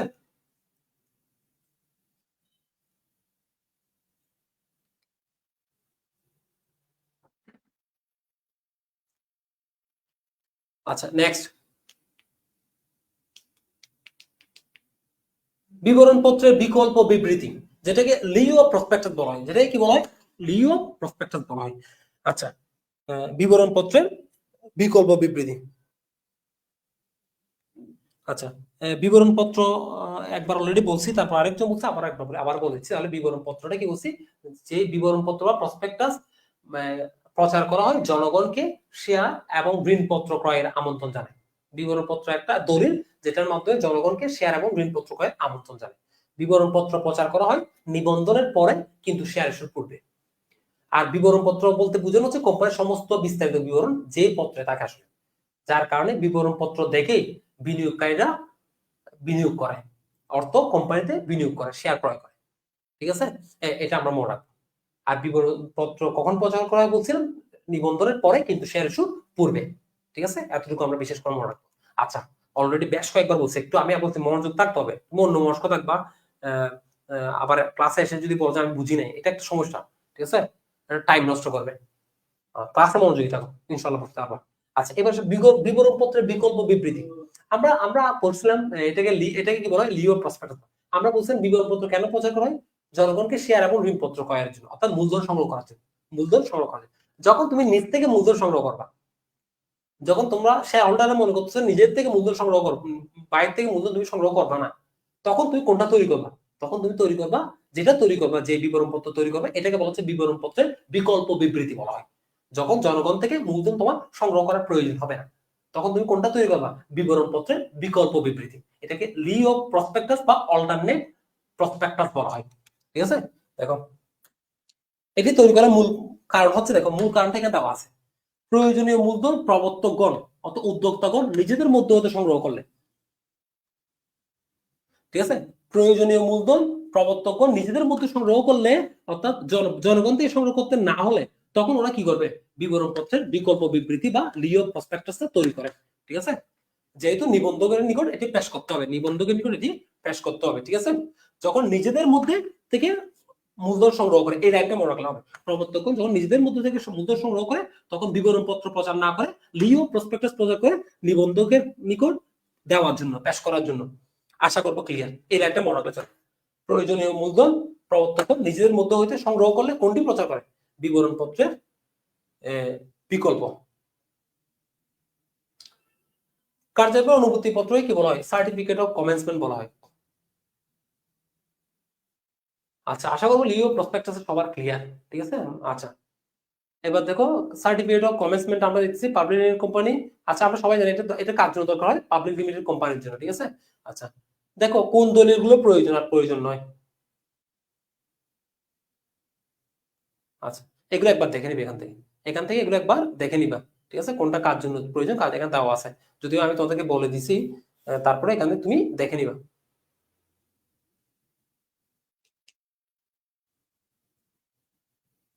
পরিচালনা, আমরা জানি কোম্পানির সবচেয়ে শক্তিশালী ব্যক্তি কারা? পরিচালনা পর্ষদ। কোম্পানির সবচেয়ে শক্তিশালী ব্যক্তি কারা? আমরা জানি পরিচালনা পর্ষদ। আর পরিচালক হওয়ার জন্য আচ্ছা, পরিচালক হওয়ার জন্য আমরা জানি কি প্রয়োজন হয়? যোগ্যতা সুযোগ শেয়ার প্রয়োগ করতে হয়। পরীক্ষা আসতে পারে পরিচালক হওয়ার জন্য কি প্রয়োগ করতে হয়? আমরা জানি যোগ্যতা সুযোগ শেয়ার প্রয়োগ করতে হয়। পরিচালক হওয়ার কদিনের মধ্যে? আমরা জানি 2 মাস বা 60 দিনের মধ্যে। তাহলে সবাই আমার সাথে বলো, পরিচালকদের কোন ধরনের শেয়ার প্রয়োগ করতে হয়? যোগ্যতা সুযোগ শেয়ার। কয় মাসের মধ্যে পরিচালক হওয়া? 2 মাস বা 60 দিনের মধ্যে যোগ্যতা সুযোগ শেয়ার প্রয়োগ করতে হয় পরিচালকদের 2 মাস বা 60 দিনের মধ্যে। আর আমরা জানি সবচেয়ে ক্ষমতার ব্যক্তি কারা? পরিচালনা পর্ষদ। কে বা কারা পরিচালনা হতে পারে না, পরিচালক হতে পারে না? একবার তোমরা দেখে নিবে এখান থেকে, ঠিক আছে? একবার একটু মনে রাখলে হবে। আচ্ছা, আর পরিচালনা নিয়োগ পদ্ধতি এটা কয়ভাবে হইতে পারে? দেখো, প্রবর্তকের মাধ্যমে 1, শেয়ার মালিকদের কর্তৃক 2, পরিচালনা পর্ষদ কর্তৃক 3, ব্যবস্থাপনা প্রতিনিধি কর্তৃক 4 এবং সরকার কর্তৃক 5। মানে পরিচালনা নিয়োগ পদ্ধতি কয়ভাবে হতে পারে? আমরা উত্তর দিব 5 ভাবে। পরিচালক কতভাবে নিয়োগ হতে পারে? আমরা উত্তর দিব 5 ভাবে। দেখো কি কি? প্রবর্তকদের দ্বারা, প্রবর্তক মানে উদ্যোক্তাদের দ্বারা, শেয়ার মালিকগণ কর্তৃক, পরিচালনা পর্ষদ কর্তৃক, ব্যবস্থাপনা প্রতিনিধি কর্তৃক এবং সরকার কর্তৃক। মোট 5 ভাবে পরিচালক নিয়োগ করা যেতে পারে। তাহলে পরীক্ষায় যে আসে পরিচালক কতভাবে নিয়োগ করা যেতে পারে? আমরা উত্তর দিব 5 ভাবে। কতভাবে নিয়োগ করা যায়? 5 ভাবে। সেটা আমরা মনে রাখবো, ঠিক আছে? আচ্ছা, দেখো, পরিচালক কখন অপসারণ করা হবে? দেখো, দেওয়ালিয়া হইলে নিযুক্তি 2 মাসের মধ্যে যোগ্যতার সুযোগ শেয়ার ক্রয় না করলে তাকে অপসারণ করা হবে, ঠিক আছে? এগুলো একবার দেখে নিও। আচ্ছা, এগুলো একবার দেখে নিও, মোটামুটি গুরুত্বপূর্ণ, একবার দেখে। কোম্পানির সভা, এখান থেকে পরীক্ষা আসা, আমরা আলোচনা করবো। কোম্পানির সভা কয় ভাগে ভাগ করা যায়? 2 ভাগে ভাগ করা যায়। কোম্পানির সভাকে কয় ভাগে ভাগ করা যায়? 2 ভাগে। একটা হচ্ছে পরিচালকদের সভা, আর একটা হচ্ছে শেয়ার মালিকদের সভা। একটা পরিচালকদের সভা, আরটা কি? শেয়ার মালিকদের সভা। পরিচালকদের সভা প্রতি 3 মাস অন্তর অন্তর এবং প্রতি বছর কমপক্ষে 4 বার হতে হয়। তাহলে আমাকে বলতো, পরিচালকদের সভা প্রতি 3 মাস কয় মাস অন্তর অন্তর? আমরা উত্তর দিই 3 মাস অন্তর অন্তর। বছরের কমপক্ষে কয়বার? আমরা উত্তর দিব 4 বার। বছরের কমপক্ষে কয়বার? আমরা উত্তর দিব কয়বার? 4 বার, ঠিক আছে? এটা হচ্ছে পরিচালকদের সভা। আর শেয়ার মালিকদের সভা কয় প্রকার? 3 প্রকার। শেয়ার মালিকদের সভা কয় প্রকার? 3 প্রকার। বিধিবদ্ধ সভা, বার্ষিক সাধারণ সভা এবং বিশেষ সভা। তাহলে কোম্পানির সভাকে কয় ভাগে ভাগ করা যায়? 2 ভাগে। একটা হচ্ছে পরিচালকদের সভা, একটা হচ্ছে শেয়ার মালিকদের সভা। পরিচালকদের সভা প্রতি 3 মাস অন্তর অন্তর হতে হয়, বছরে কমপক্ষে 4 বার। আর শেয়ার মালিকদের সভাকে 3 ভাগে ভাগ করা যায়। আমরা জানি বিধিবদ্ধ সভা, বার্ষিক সাধারণ সভা, বিশেষ সভা, ঠিক আছে? এটা একটু মাথায় রাখবো। আচ্ছা, এবার আসো, এবার আসো, এবার আমরা শেয়ার মালিকদের যে 3টা সভা সেটা নিয়ে আমরা আলোচনা করবো। দেখো, শেয়ার মালিকদের সভা কয় প্রকার? 3 প্রকার। আমরা কি কি দেখতেছি? বিধিবদ্ধ সভা, যেটাকে সংক্ষেপে বলা হয় কি? স্ট্যাটিউটরি মিটিং, সংক্ষেপ হচ্ছে এসএম। এসএম বলা হয়, আমরা সংক্ষেপটা মনে রাখবো। আর বার্ষিক সাধারণ সভা, অ্যানুয়াল জেনারেল মিটিং, সংক্ষেপে বলা হচ্ছে এজিএম। বিশেষ সাধারণ সভা, এটাকে এক্সট্রাঅর্ডিনারি জেনারেল মিটিং, সংক্ষেপে বলা হয় এজিএম। এজিএম, এগুলো আমরা মনে রাখবো।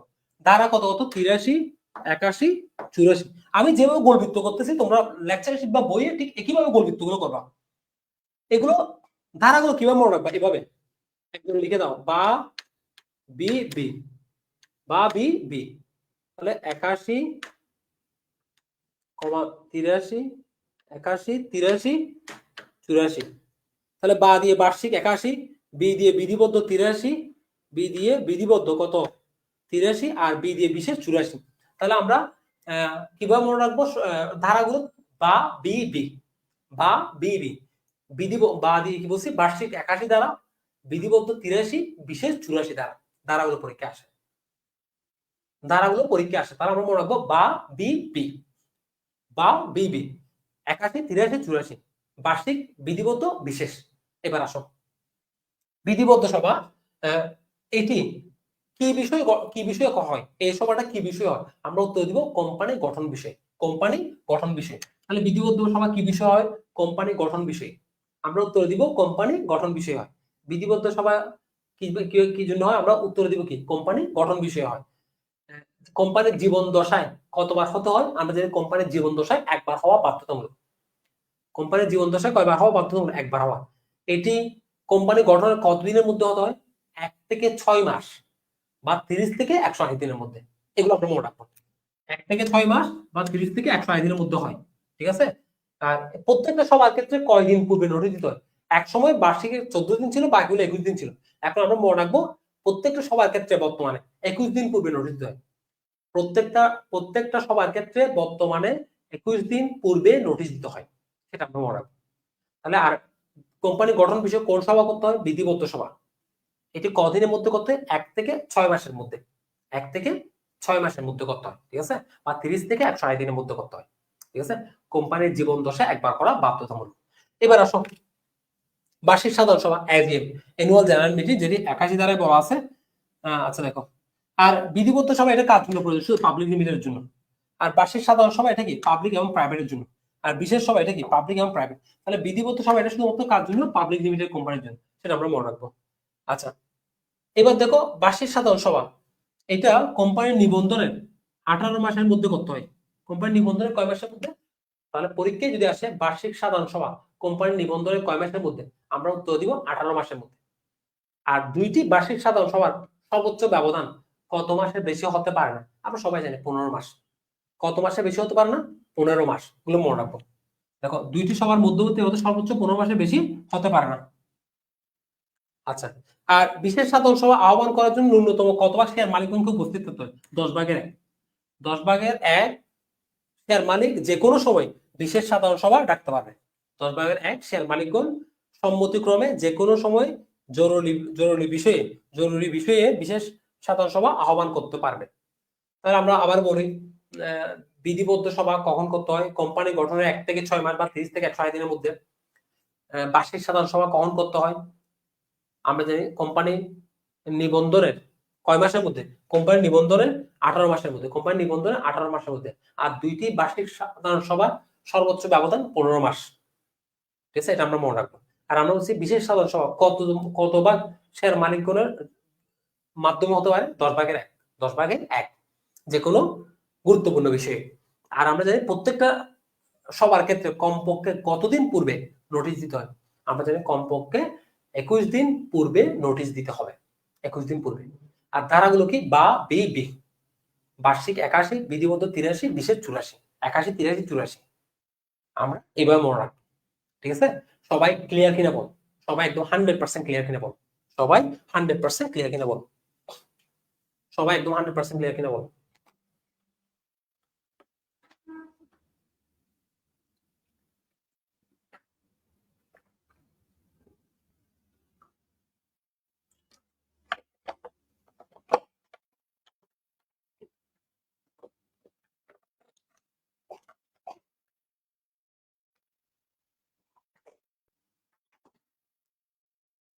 সবাই ক্লিয়ার কিনা বল? আমরা আর বেশি সময় নেই, সবাই আমরা হয়তো আর 10 মিনিট মতো আছি ক্লাসে। আমার অনুরোধ থাকবে তোমাদেরকে তোমরা ক্লাসটা করো, যারা আছো তারা। আর 10 মিনিট মতো আছি, তোমরা 10 মিনিট মতো আমার সাথে থাকবে আসলে, ঠিক আছে। সবাই বলছে 100% ক্লিয়ার। আমি এখানে যেভাবে গোলবৃত্ত করছি ঠিক বই বা লেকচার শিটে একইভাবে গোলবৃত্ত করে পড়াশোনা করবো, তোমার জন্য সহজ হয়ে যাবে। কোম্পানি বিলোপ সাধনের দ্বারা কত? 234 দ্বারা। বিলোপ সাধন কভাবে হতে পারে? 3 ভাবে। বিলোপ সাধন কতভাবে হতে পারে? 3 ভাবে। তাহলে কোম্পানি বিলোপ সাধন দ্বারা কত? আমরা উত্তর দিব 234 দ্বারা। বিলোপ সাধন কতভাবে হতে পারে? 3 ভাবে। বিলোপ সাধন কতভাবে হতে পারে? 3 ভাবে। তাহলে এই 3 ভাবে ধারাগুলো আমরা মনে রাখবো, খুব সহজে মনে রাখবো। স্বেচ্ছাকৃত 286, দেখো আমরা মিলাচ্ছি। 86 স্বেচ্ছাকৃত, আমরা মিলাচ্ছি। 86 স্বেচ্ছাকৃত। আদালত, আদালত 241, আদালত 241, আদালত 241, আমরা মিলাচ্ছি দেখো। আদালত 241। তত্ত্বাবধান, এখানে কিওয়ার্ড তত্ত্বাবধান। তত্ত্বাবধান 316, তত্ত্বাবধান 316, তত্ত্বাবধান 316। তাহলে স্বেচ্ছাকৃত বিলোপ সাধন, স্বেচ্ছাকৃত সাথে আমরা মিলাচ্ছি 86, 286, 286, ঠিক আছে। আর আদালতের মাধ্যমে বিলোপ সাধন আদালত 241, 241। আর আদালতের তত্ত্বাবধান, এখানে আমরা তত্ত্বাবধানটাকে কিওয়ার্ড ধরতেছি। তত্ত্বাবধানে 316, তত্ত্বাবধানে 316। তাহলে আমার সাথে একবার মুখে বলে যাও, তোমরা যারা ক্লাসে আসো, এখনো পর্যন্ত যারা ক্লাসে আসো আমার সাথে মুখে একবার বলে যাও। স্বেচ্ছাকৃত বিলোপ সাধন 286, আদালত 241, আদালতের তত্ত্বাবধানে 316। তাহলে আবার বলো, স্বেচ্ছাকৃত 286, আদালত 241, তত্ত্বাবধানে 316। তত্ত্বাবধান থাকলে আমরা দিব কি? 316। আমরা এইভাবে আমরা চেষ্টা করব একটু রিলেট করে মুখস্থ করার জন্য। যখন আমরা রিলেট করব তখন আমাদের জন্য সহজ হয়ে যাবে। আচ্ছা আচ্ছা, আমি একটু বার্ষিক সাধারণ সভার ক্ষেত্রে আগে 14 দিন ছিল, বর্তমানে 21 দিন। এখন বর্তমানে প্রতিটা সবার ক্ষেত্রে 21 দিন। 3টে সবার ক্ষেত্রে 21 দিন পূর্বে নোটিশ দিতে হয়, একদম ক্লিয়ার। আগে ছিল, ঠিক আছে, আগে ছিল কত? 14 দিন ছিল, ঠিক আছে, এখন নাই, গত কয়েক বছর ধরে চেঞ্জ হয়ে গেছে। ঠিক আছে, আশা করি ক্লিয়ার। আচ্ছা, এই তিনটে মনে থাকবে কিনা বলো, ক্লিয়ার কিনা বলো, এই তিনটা ক্লিয়ার কিনা বলো।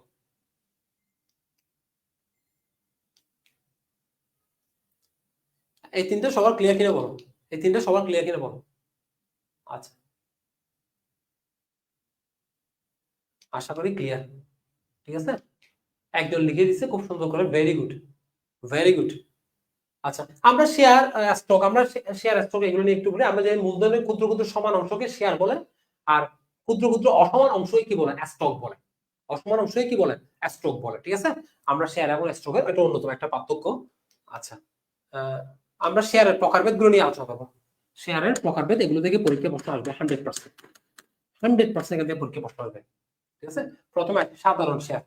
আমাদের আজকে ক্লাসে যে অংশটুকু বাকি থাকবে আমরা চেষ্টা করবো এই অংশটুকু আমরা আগামী ক্লাস আলোচনা করার জন্য। ঠিক আছে, যে অংশটুকু বাকি থাকে আর কি। ঠিক আছে, আচ্ছা আমরা আরো আছি, আমরা 5 মিনিট মতো আছে, আমরা এই 5 মিনিট আলোচনা করবো। প্রথমে আছে সাধারণ শেয়ার, পরীক্ষায় এই প্রশ্ন আসে।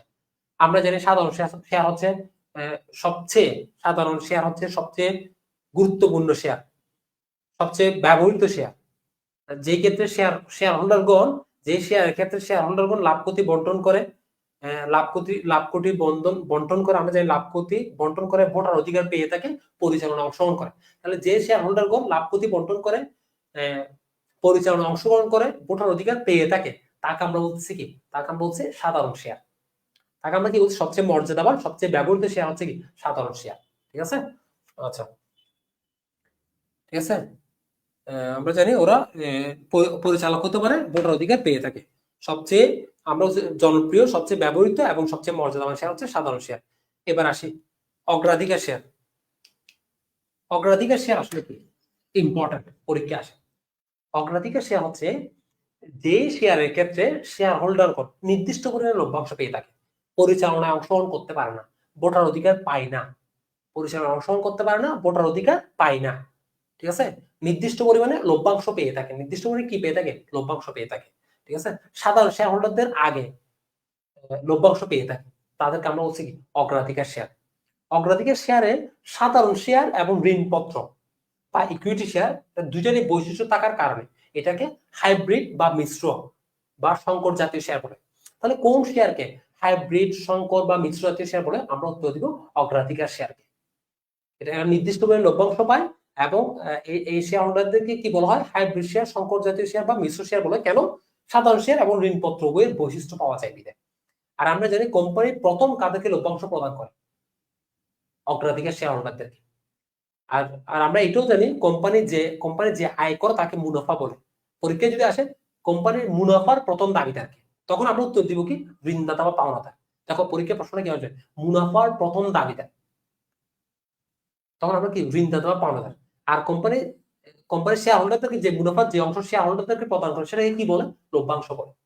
কোম্পানির মুনাফার যে অংশ শেয়ার হোল্ডারদেরকে প্রদান করে সেটাকে বলা হয় কি লভ্যাংশ। তাহলে পরীক্ষা যদি এভাবে আসে প্রথমে কাদেরকে লভ্যাংশ দেয়, লভ্যাংশ প্রথমে কাদেরকে দেয়, তখন আমরা উত্তর দিব অগ্রাধিকার শেয়ার হোল্ডারদেরকে। তাহলে ইম্পর্টেন্ট, পরীক্ষা আসতে পারে কোম্পানির মুনাফার প্রথম দাবিদারকে, আমরা উত্তর দিব ঋণদাতা বা বন্ড হোল্ডার বা পাওনাদার। আর কোম্পানি কাদেরকে প্রথম লভ্যাংশ প্রদান করে, প্রথম কাদেরকে লভ্যাংশ প্রদান করে, আমরা উত্তর দিব অগ্রাধিকার শেয়ার হোল্ডারদেরকে প্রথম লভ্যাংশ প্রদান করে, প্রথম লভ্যাংশ প্রদান করে। ঠিক আছে, আর অগ্রাধিকার শেয়ার কি, যে শেয়ারের ক্ষেত্রে শেয়ার হোল্ডার কোন নির্দিষ্ট লভ্যাংশ পেয়ে থাকে, পরিচালনা অংশগ্রহণ করতে পারে না, ভোটার অধিকার পায় না, তাদেরকে বলা হচ্ছে কি অগ্রাধিকার শেয়ার। এই শেয়ারকে সংকর বা হাইব্রিড জাতীয় শেয়ারও বলা হয়ে থাকে। কেন, কারণ সাধারণ শেয়ার এবং ঋণপত্র উভয়ের বৈশিষ্ট্য পাওয়া যায়। আচ্ছা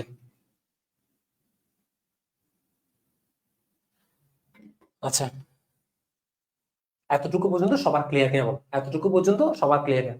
অগ্রাধিকার শেয়ার কি ক্ষতি বহন করে, তুমি কোন ধরনের ক্ষতির কথা বলছো, আমাকে একটু বুঝিয়ে বলো তো, কিসের ক্ষতির কথা বলছো? এতটুকু পর্যন্ত সবার ক্লিয়ার কিনা বলো। অগ্রাধিকার শেয়ারটা সবার 100% ক্লিয়ার কিনা বলো, আমি যেটা বলছি সেটা 100% ক্লিয়ার কিনা বলো, সবাই বলো 100% ক্লিয়ার কিনা।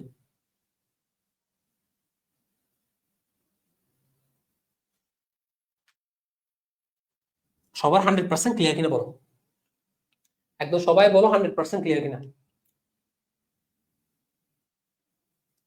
সবাই বলো 100% ক্লিয়ার কিনা।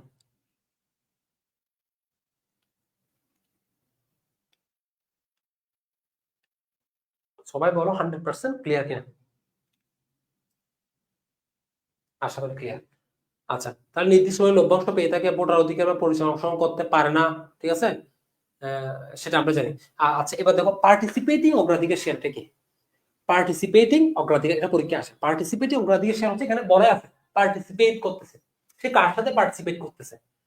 যে অগ্রাধিকার শেয়ার হোল্ডার কোন সাধারণ শেয়ারের সাথেও লভ্যাংশ পায়, তাকে আমরা বলছি কি পার্টিসিপেটিং অগ্রাধিকার শেয়ার। তাকে আমরা কি বলছি? পার্টিসিপেট মানে কি, আমরা যেটা, এটা বাংলা শব্দ হচ্ছে অংশগ্রহণ করা।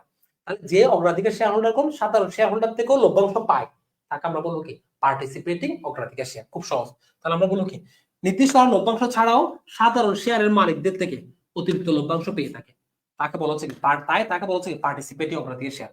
নির্দিষ্ট লভ্যাংশ ছাড়াও সাধারণ শেয়ার মালিকদের থেকে অতিরিক্ত লভ্যাংশ পেয়ে থাকে, তাই থেকে বলা হচ্ছে কি পার্টিসিপেটিং অগ্রাধিকার শেয়ার বলা হয়। পার্টিসিপেটিং অগ্রাধিকার শেয়ার বলা হয়। তাহলে আমরা জানি কি কোম্পানি যে আয় করে তাকে বলা হচ্ছে কি মুনাফা। আচ্ছা, একজন বলছে অগ্রাধিকার শেয়ার হোল্ডার কি দায় বহন করে কিনা? দায় অবশ্যই বহন করতে হবে, তবে তারা নির্দিষ্ট সময় একটা লভ্যাংশ পায় আর কি। ঠিক আছে, দায়িত্ব শেয়ার শেয়ার অবশ্যই দায়িত্ব বহন করতে হবে। শেয়ার আমরা জানি দায় হচ্ছে সীমাবদ্ধ, তবে সীমাবদ্ধ শেয়ার মূল্য দ্বারা সীমাবদ্ধ, তবে বহন করতে অবশ্যই হবে। তবে তাদের সুবিধা হচ্ছে তাদের ক্ষেত্রে তারা নির্দিষ্ট করে লভ্যাংশ পায়। ঠিক আছে, নির্দিষ্ট করে লভ্যাংশ পায়। ঠিক আছে, আলাদা করে ক্ষতি বহন করতে হয় না, যেটা তুমি বলছো লাভ ক্ষতিটা, আমাকে লাভ ক্ষতি বললে হইতো, আলাদা পায় লাভ ক্ষতি বহন করতে হয় না। তবে তারা নির্দিষ্ট পরিমাণে কি পায়, লভ্যাংশ পায়। এখন বুঝতে পারছো তুমি আসলে লাভ ক্ষতি বুঝাইছো, আলাদা করে লাভ বা ক্ষতি তাদেরকে এটা নিয়ে টেনশন করতে হয়, কারণ সে নির্দিষ্ট পরিমাণে কি পাবে, লভ্যাংশ পাবে। ঠিক আছে, নির্দিষ্ট পরিমাণে কি পাবে, লভ্যাংশ পাবে। আশা করি তোমাদের ক্লিয়ার, তোমার বিষয়টা ক্লিয়ার। আমরা তো আগেই বলছি ওরা লাভ ক্ষতি বহন করে কে, লাভ ক্ষতি বহন করে মূলত সাধারণ শেয়ার। অগ্রাধিকার শেয়ার লাভ ক্ষতি বহন করে না, কারণ সে তো তার লভ্যাংশ তো ফিক্সড, তার লভ্যাংশটা কি একদম ফিক্সড থাকে। ঠিক আছে, আচ্ছা এবার আসি, এবার আমরা যদি বলি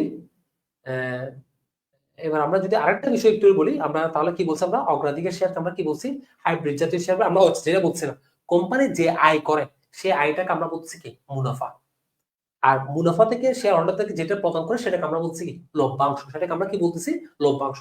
আর কোম্পানি যদি পরীক্ষায় প্রশ্ন হয় কোম্পানি কাদেরকে প্রথম মুনাফা দিয়ে থাকে, আমরা উত্তর দিব কাদেরকে মুনাফা দেয়, মুনাফার প্রথম দাবিদারকে। মুনাফা যদি প্রথম দাবিদার বলে সেক্ষেত্রে আমরা উত্তর দিব ঋণদাতা বা বন্ড হোল্ডার বা পাওনাদার। আর যদি পরীক্ষায় আসে কোম্পানি কাদেরকে প্রথম লভ্যাংশ প্রদান করে, সেক্ষেত্রে আমরা উত্তর দিব অগ্রাধিকার শেয়ার।